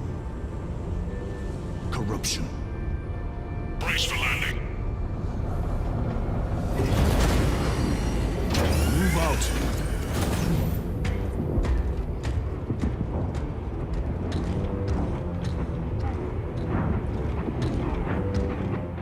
And after advancing together with the Imperial Guard to open a way to the Astropathic Relay, Titus and his squad will finally start facing the heretical forces of Chaos in a three-way battle, as they were also embattled against the Tyranids. And after fighting an overwhelming force, including several Carnifexes at the entrance of the relay, the mission of the other squad will be successful, and the Hive Tyrant will be slain. This will kill all the Tyranids in the close proximity of his death, and at the same time stun temporarily the Tyranid forces around the planet, rendering the presence of the Shadow in the Warp weaker. It is then that Titus will reach the Astropathic Relay to ask for a message to be sent directly to Calgar.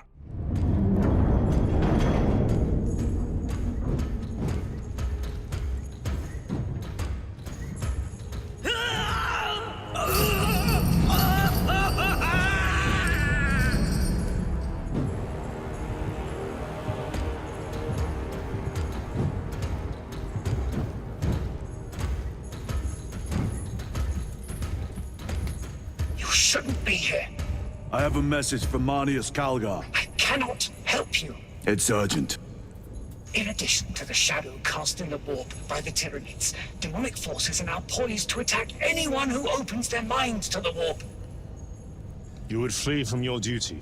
I would have you know.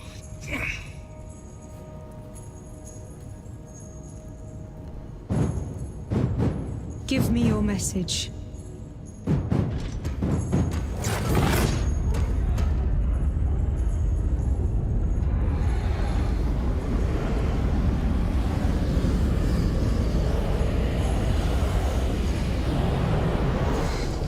It. Let us begin. My lady, I must protest. The danger is too great. Silence.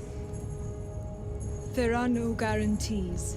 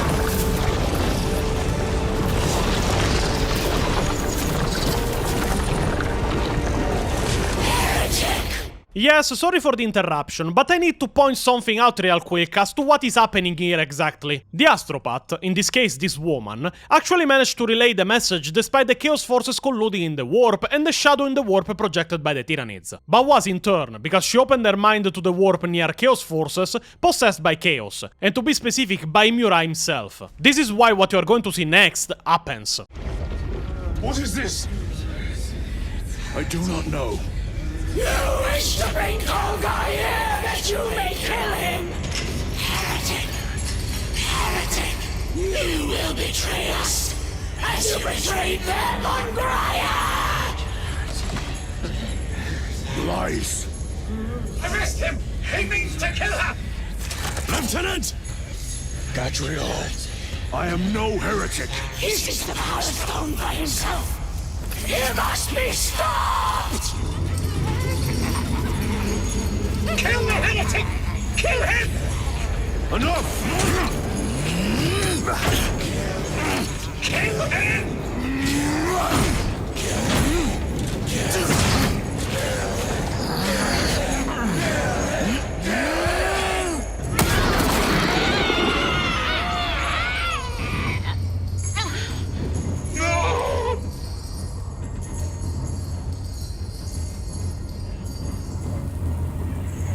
have you done?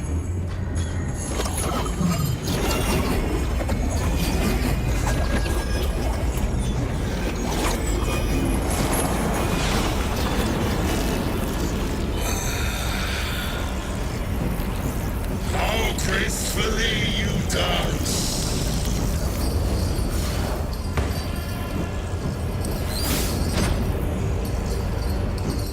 So, after defeating Imura in a boss fight, Chaos Forces will begin their attack in earnest to acquire Project Aurora. Did he escape? I don't know. Lieutenant Titus, come in.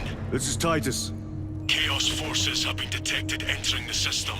They are going after Aurora. We are leaving for Demetrian immediately. How did you know? I was a boy on Calf when the Word Bearers attacked. I came to know the mark of chaos.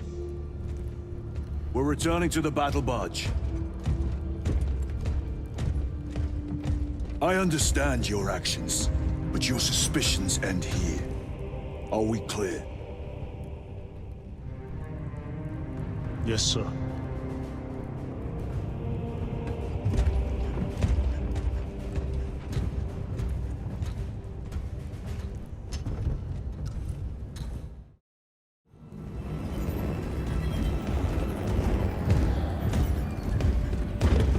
Brothers, this is Aurora. Within the last few hours, traitor forces have arrived in their hundreds and commandeered the facility. Commandeered? Where is Luz? Inside. They have the facility, Luz, and the power source.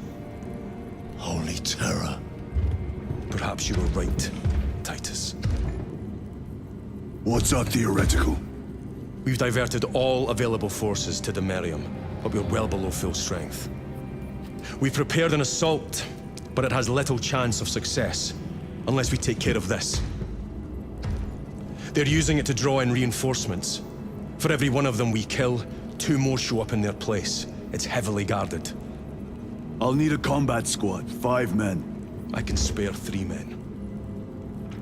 Next, the enemy seem to be drawing their power from this structure. What is it?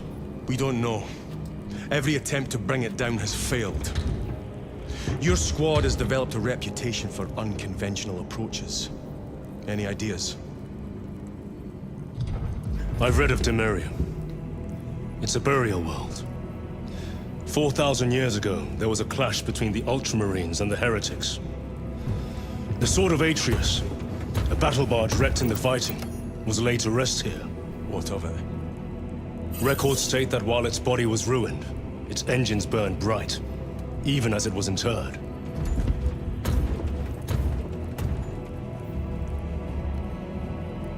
It may not fly, but it might ram. A long shot to say the least. Worth a try. Very well then. Navigation systems are probably dead. We can't afford to miss. He's right. Someone will need to get close to the target and place a beacon. Our offensive launches in 90 minutes. The Emperor guide you, brothers. And you, sir.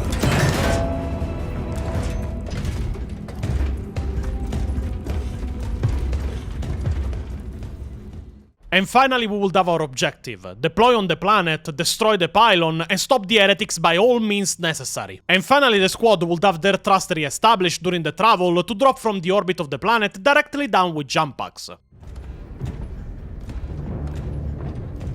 you ever done this before? You mean drop through an active combat zone, dodging flak, enemy ships and burning wreckage on the way down? Exactly. No, this will be a first.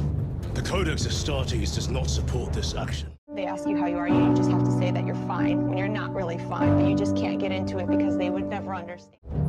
But I am looking forward to it. Stay close. It's almost impossible to regroup if we're separated. 60 seconds. Helmets! Sir! I must apologize for my actions on Avarax. Not necessary. I fell prey to suspicion. Almost killed you. When I was a young captain, one of my men questioned my motives. I brushed his concerns aside, and I paid the price. Your suspicions arose because I failed to answer your doubts. As I failed to answer his. Stand by for suborbital drop. I'm honored to fight beside you both. As are we, brother. You grew up on Calth. Let's say we settle some of that debt today. Aye, sir.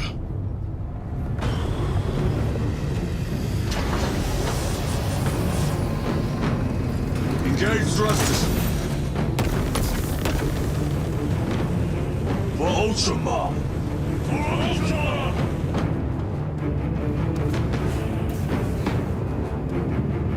So, after completing the drop through the wrecks of destroyed ships, little trivia, in this section if you hit 10 pieces of debris without dying you get a secret achievement called My Face is My Shield. We will finally reach the ground and begin the advance to place the targeting beacon for the pylon.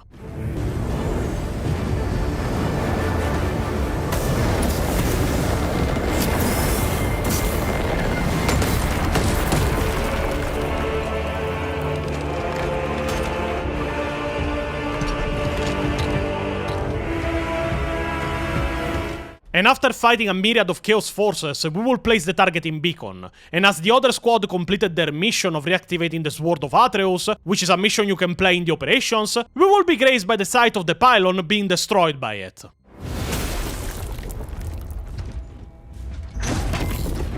I hear engines. There! The Sword of Atreus lives up to its namesake. That will buy us time, but we must move swiftly. While the enemy control Aurora, the odds are not in our favor.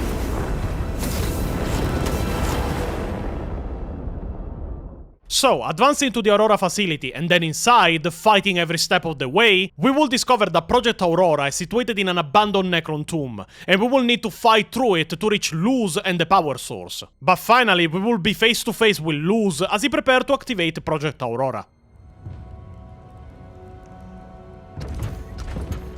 Luz! Ah, Lieutenant Titus, praise the Omnisire. In just a few minutes, you will bear witness to... You must stop this! Sire, please. I know you have concerns, but look, this is merely a taste of what the device is capable of. And I have seen the worst of what it can do. My lord, you must trust me. This has been my quest for knowledge. My life's work. Shut it down. Now. I will not.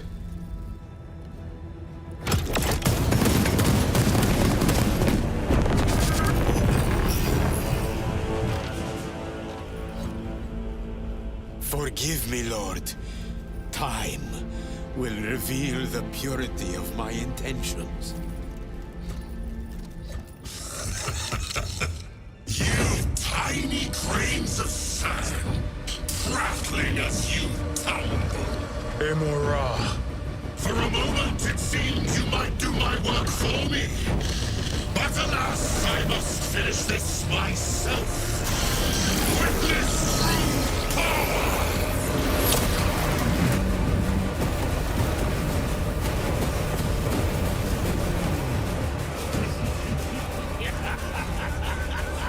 Your malignant energies are useless! Bring him down.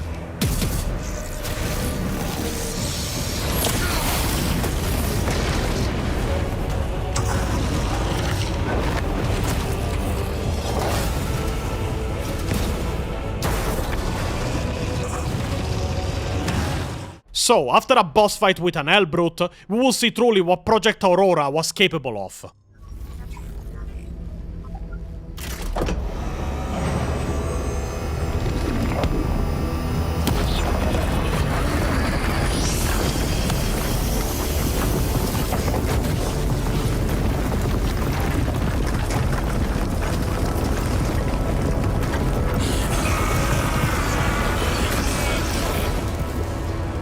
Where is he? With Aurora active. He and others like him cannot exist here. We will see. This is just the beginning. With these devices, we will seal the Great Rift and drive the heretics back into the warp with nothing more than a transference of alignment.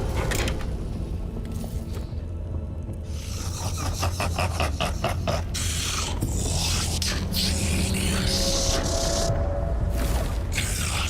Deus, from which ocean did you gather these pearls of wisdom?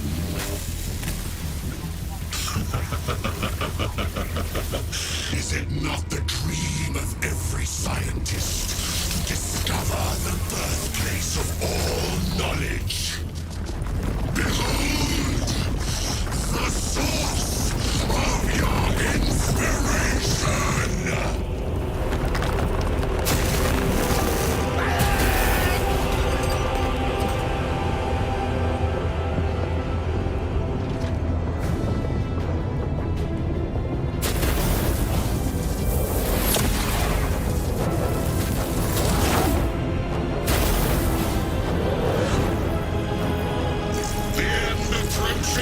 Brother Titus, and so to the final act. Titus, the heretic. Assistance. Attack us at once. And now the explanation I gave on stream as to what just happened. Pretty much what happened was, there is a little misconception when it comes to the Blackstone. Blackstone is not only a warp isolator, like it is not something that kills warp energies alone by itself. Blackstone is a very influenceable material. It has orientations, like it has technically two different modes. In the mode that the Necrons use it, which is the isolation Blackstone, the Blackstone kills warp energy instantly. Psykers cannot use their powers, demons disappear, stuff gets completely disintegrated and the warp gets cut off to the point that they could literally close the Eye of Terror. Or the opposite orientation, which is the one that Luz, when he inverted that miniaturized pylon, actually activated, which is the empowering Blackstone. Pretty much what Luz did when he inverted the orientation of the Blackstone was from making it an isolation Blackstone that removed warp power to an amplifier of warp energy. So pretty much what he did is he turned every single piece of Blackstone on the planet that was keeping the warp at bay as an amplifier to pretty much pull the warp in. Because let's go forward a bit, let's show everyone what is happening. They flipped the orientation of the Blackstone, and this is what happened.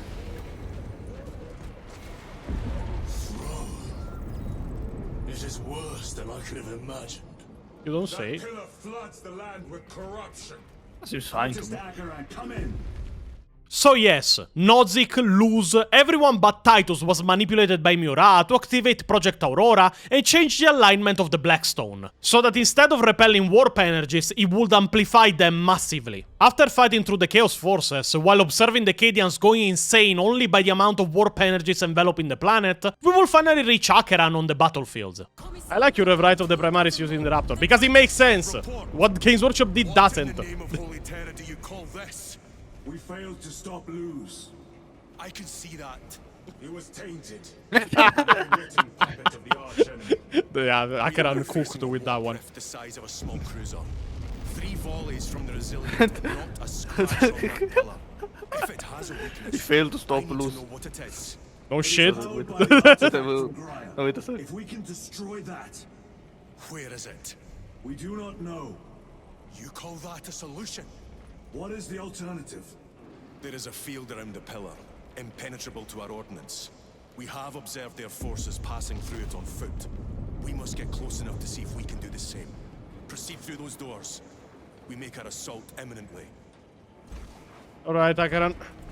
In the end, after traversing the battlefields, we will be reunited with the rest of the Second Company, protecting the standards of the Second Company from the enemy. Let's go.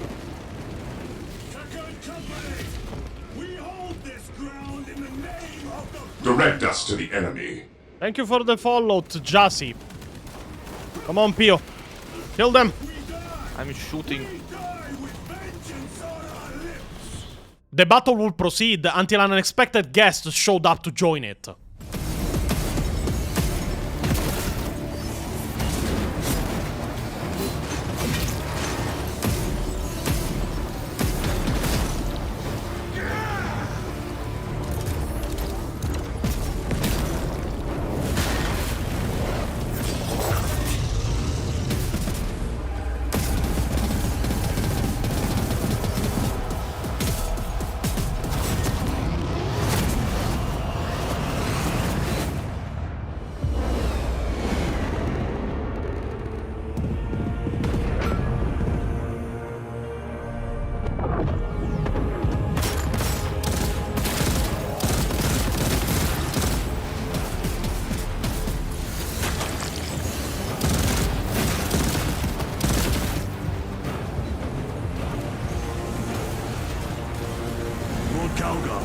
Lieutenant, I received your message.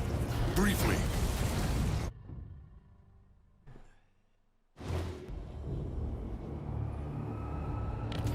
The central obelisk appears to be the source of their power. It's protected by an energy field.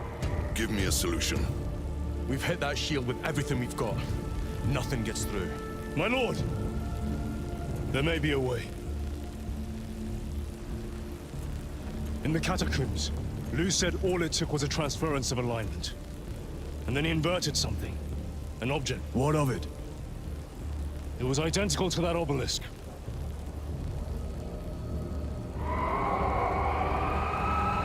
You want to invert that? Explain. Your Aurora device might have a weakness. Might? Chapter Master, we cannot stay here.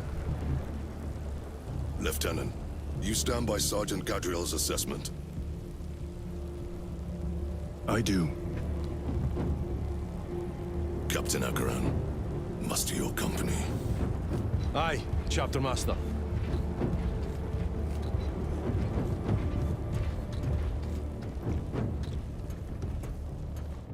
The heretics clamor for a taste of victory, but we will defy them this day, as we have defied them for 10 millennia.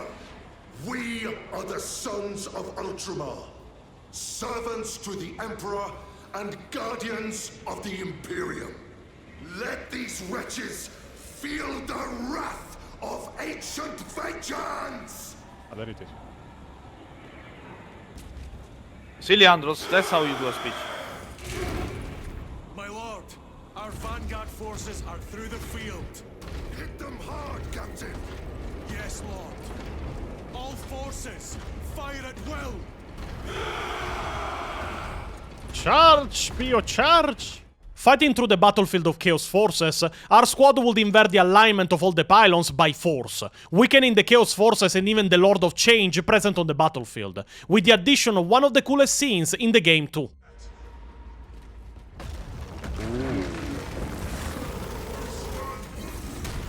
Best character in the game.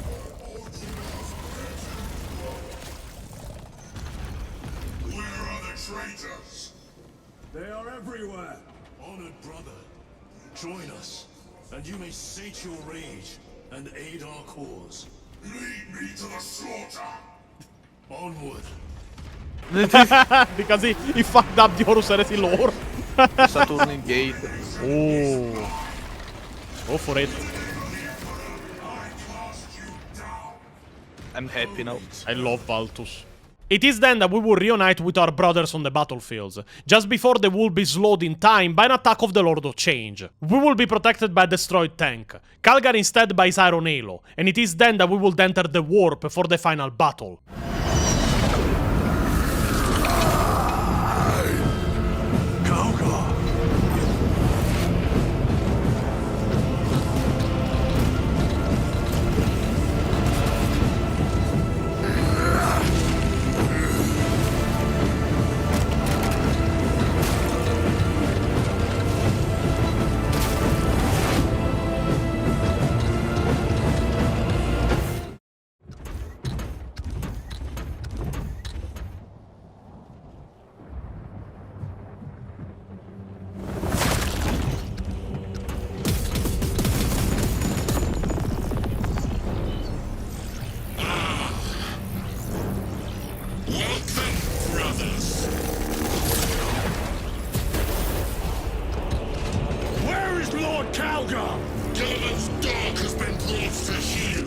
Heretic! You die this day! This is my domain. You are here by my invitation. I am offering you a chance to kneel. Our chapter, sir, shall use your skull as a piss pot!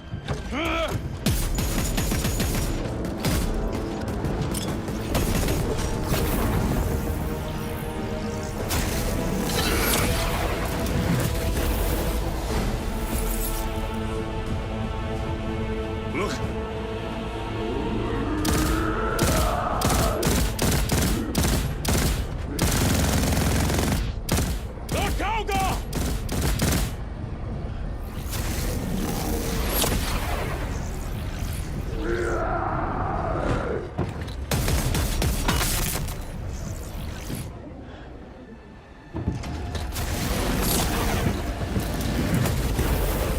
Release him! And we shall do you the honor of ending you swiftly! Release him! After all your efforts in bringing him to me! Enough games! Silence this heretic! One last dance before the strings are cut! And after fighting in Murat, a Lord of Change of Tzeentch, and even the illusions of the warp that will swarm us constantly, we would end up saving Calgar, and destroying the power source once and for all.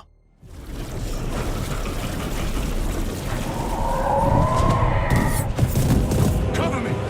Brother, wait!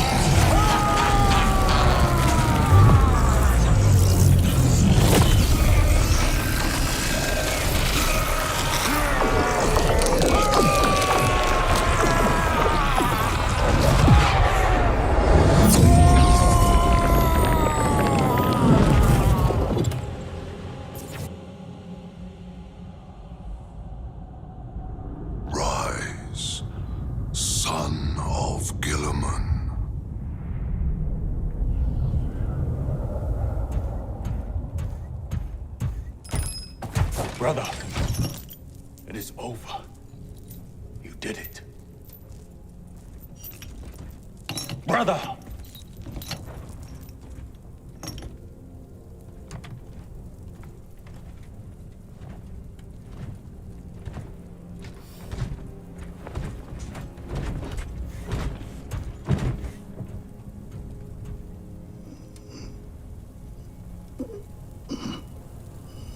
Rise, Titus. Your duty is not yet done.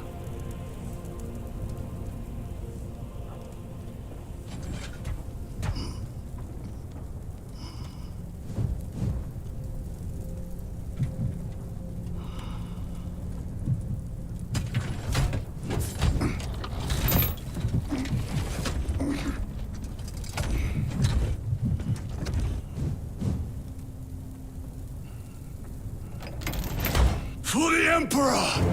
For the Emperor!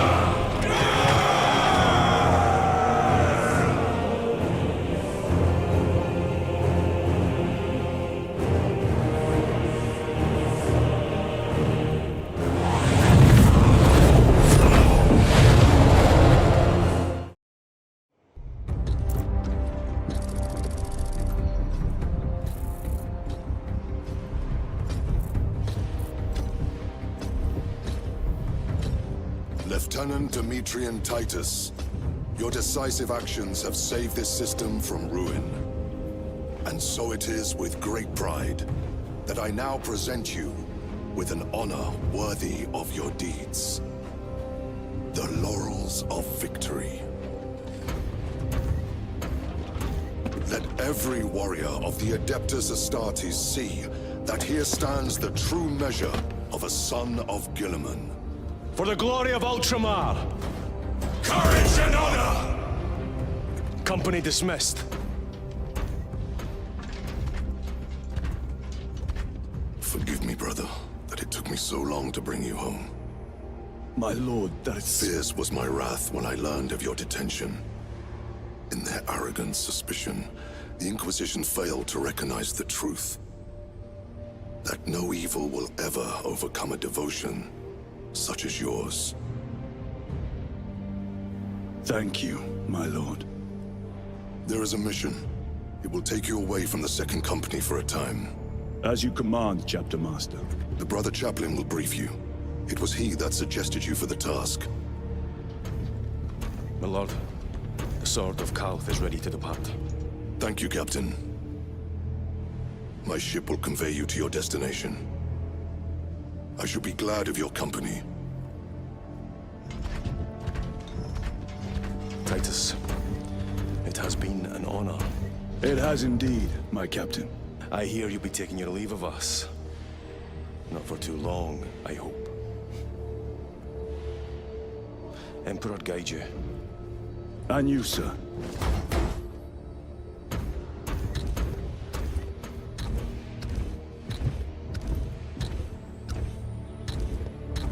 Brothers, I am called to serve elsewhere.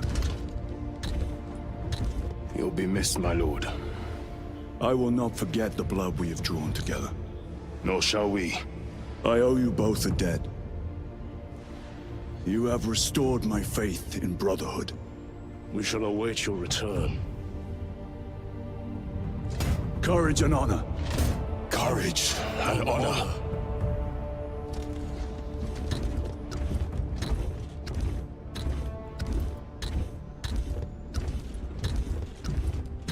Titus, Lord Calgar has informed you of your assignment.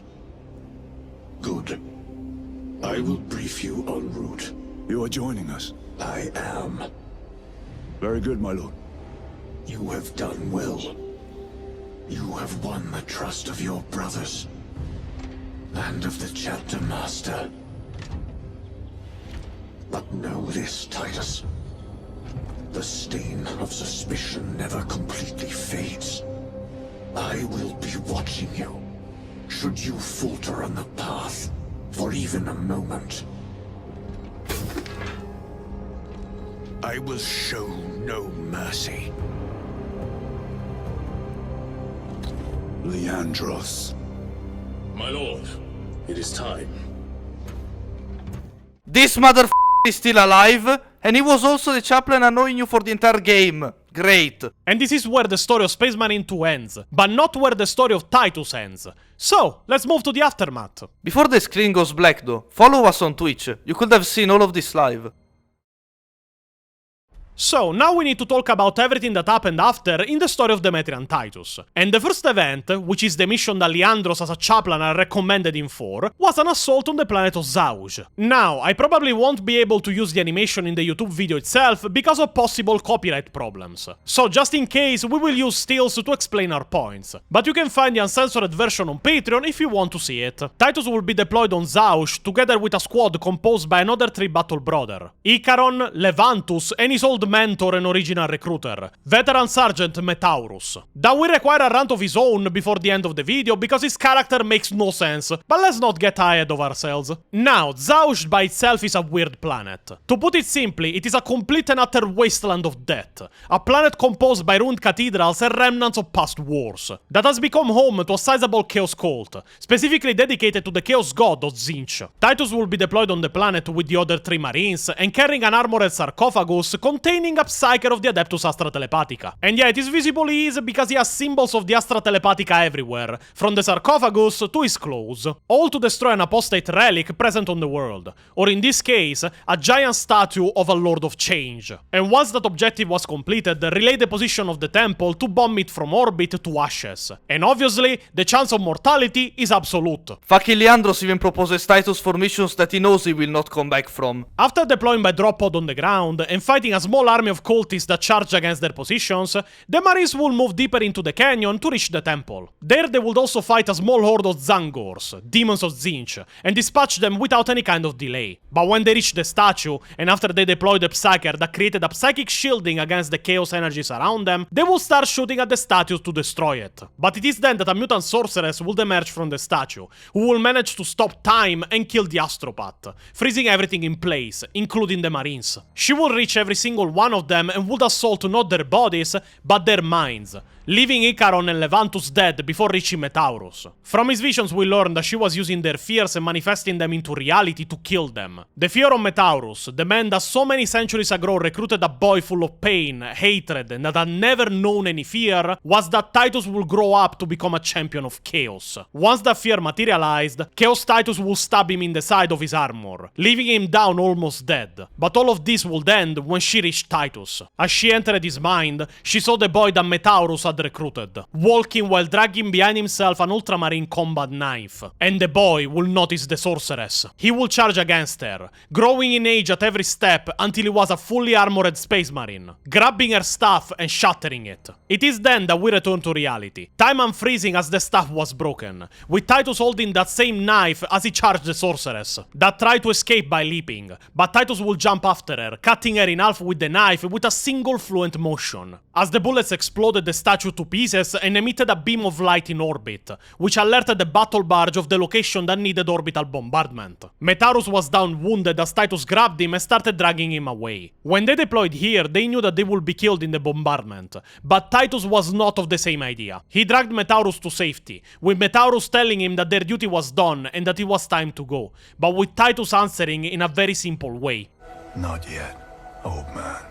Before charging away to fight an entire army of cultists now converging on their position. Ha! Suck it, Leandros. You failed again. You are called Leandros because you spend your life getting big L's. So, after what I imagine was an extreme meltdown by Leandros when he saw Titus come back alive from a mission designed to kill everyone that undertook it, he was ordered to muster his forces under the command of Chattermaster Calgar in the Bastior Subsector. There, he and his battle brothers fought to defend Imperial worlds from Tyranny's swarms, protect vital evacuation of personnel and data relics, and battle with the pernicious heretic forces seeking to take advantage of the mayhem caused by the Tyranny's invasion. Titus's forces drew upon hard-won battle experience to eliminate the Hive Tyrant coordinating the biosiege of the Martyr's Palace on Ulandrian. They led the combat drop onto the ocean world of Hydra's lair that saw vital Prometheum rigs defended from an ocean-born Tyranny swarm over 16 days of bloody battle. It was Titus who delivered the final blade stroke to saw the head from the Norn emissary codenamed the Ghoul of Rashlav, and by doing so prevented the complete collapse of the Agri-World's defense lines. It was thanks to these honors and dozens of others that when Captain Acheran of the Second Company was slain in combat, Demetrian Titus was promoted to captaincy once again. Wait, Acheran is dead? What? When? Where?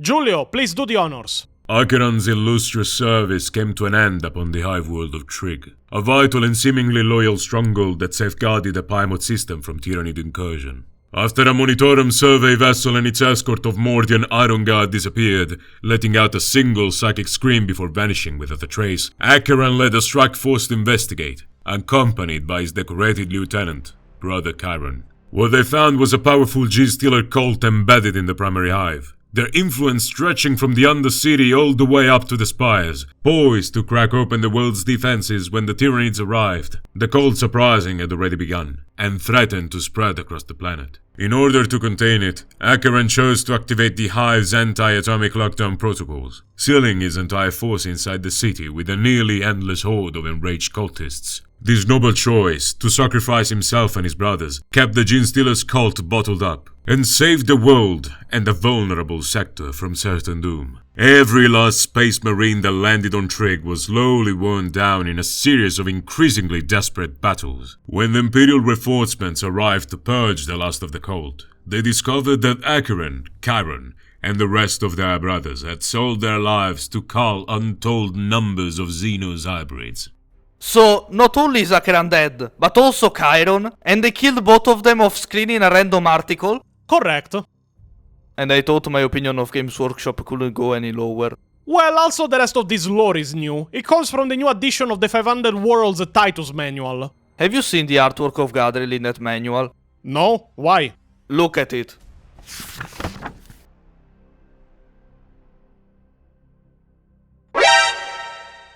The fuck am I looking at?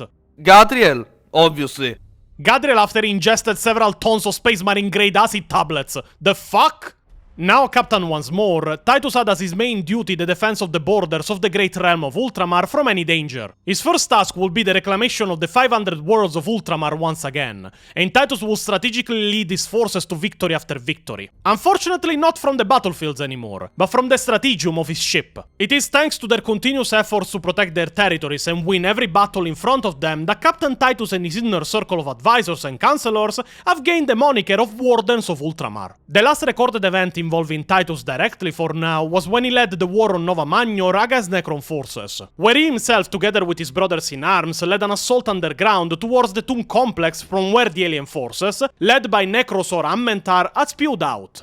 Titus emptied bolts into Android warriors until the barrel of his pistol glowed from use. He hacked, stabbed, and cut with his chainsword until broken chain teeth scattered in his wake. And still he fought on with the weapon snarling and stuttering in his fists. Titus smashed his foes aside with a grim relentlessness that even the destroyers could not match. His battle brothers advanced unstoppably in his wake. The captain of the second knew all too well the loyal servants of the Emperor were fighting and dying with every moment his mission remained incomplete. He believed too that if his strike force had succeeded in the first strike against Zsah'uj, the war on Novamagnor would not have escalated to its current murderous heights. Titus will not fail again. He will do his duty no matter the cost. He channeled every iota of his determination and self-recrimination into the fight, and the Necrons fell before him in sparking ruin. At last, battered, bloodied, and with far fewer battle brothers than they had begun their operation, Strike Force Titus smashed aside a final phalanx of corrupted warriors. They emerged from the underground gallery into the corridors of Zsah'uj. Titus and his forces will be successful, planting a vortex bomb in the tomb complex and detonating it, stopping the endless sea of reinforcements moving around the world and seemingly reconquering Novamagnor for the Ultramarines and annexing it to the 500 worlds. But at the same time, even this victory was hollow, as the Necron leading the attack had recovered another shard of the Catan Nightbringer from a forge complex present on the world, and had departed seeking the other shards on another world. This is, at least until now, the entire story of Captain Demetrian Titus, from the beginning to the end. From when he was just a boy, to now that he's captain of the second company for a second time. Let's hope that they keep writing him decently at least. But I have a big problem to address. The entire character of Metaurus, the original space marine that recruited Titus. Now, Metaurus is a recent addition to the lore, but I will be real, his story doesn't make much sense on a timeline level. Metaurus was a space marine already when he recruited Demetrian Titus to be a space marine, so let's put it at that point that he was at least a century old, with the scout period and everything going with it to become a full battle brother. So he recruited Titus, saw him go through all stages of implantation and ranking, so from an initiate, to a scout, to a normal space marine. Saw him rise through the ranks of the Ultramarines to the point of becoming a sergeant and then a veteran sergeant in the second company. Saw him ascend to captaincy, disappear for over a century, both because of Inquisitor Trax and the Death Watch. Saw him reappear as a lieutenant and become captain again. First question, how fucking old is this guy? By this point, best estimate is at least 500, maybe even 600 years old, depending to the date of the 500 Wars manual. He is an Ultramarines Blade Guard veteran sergeant,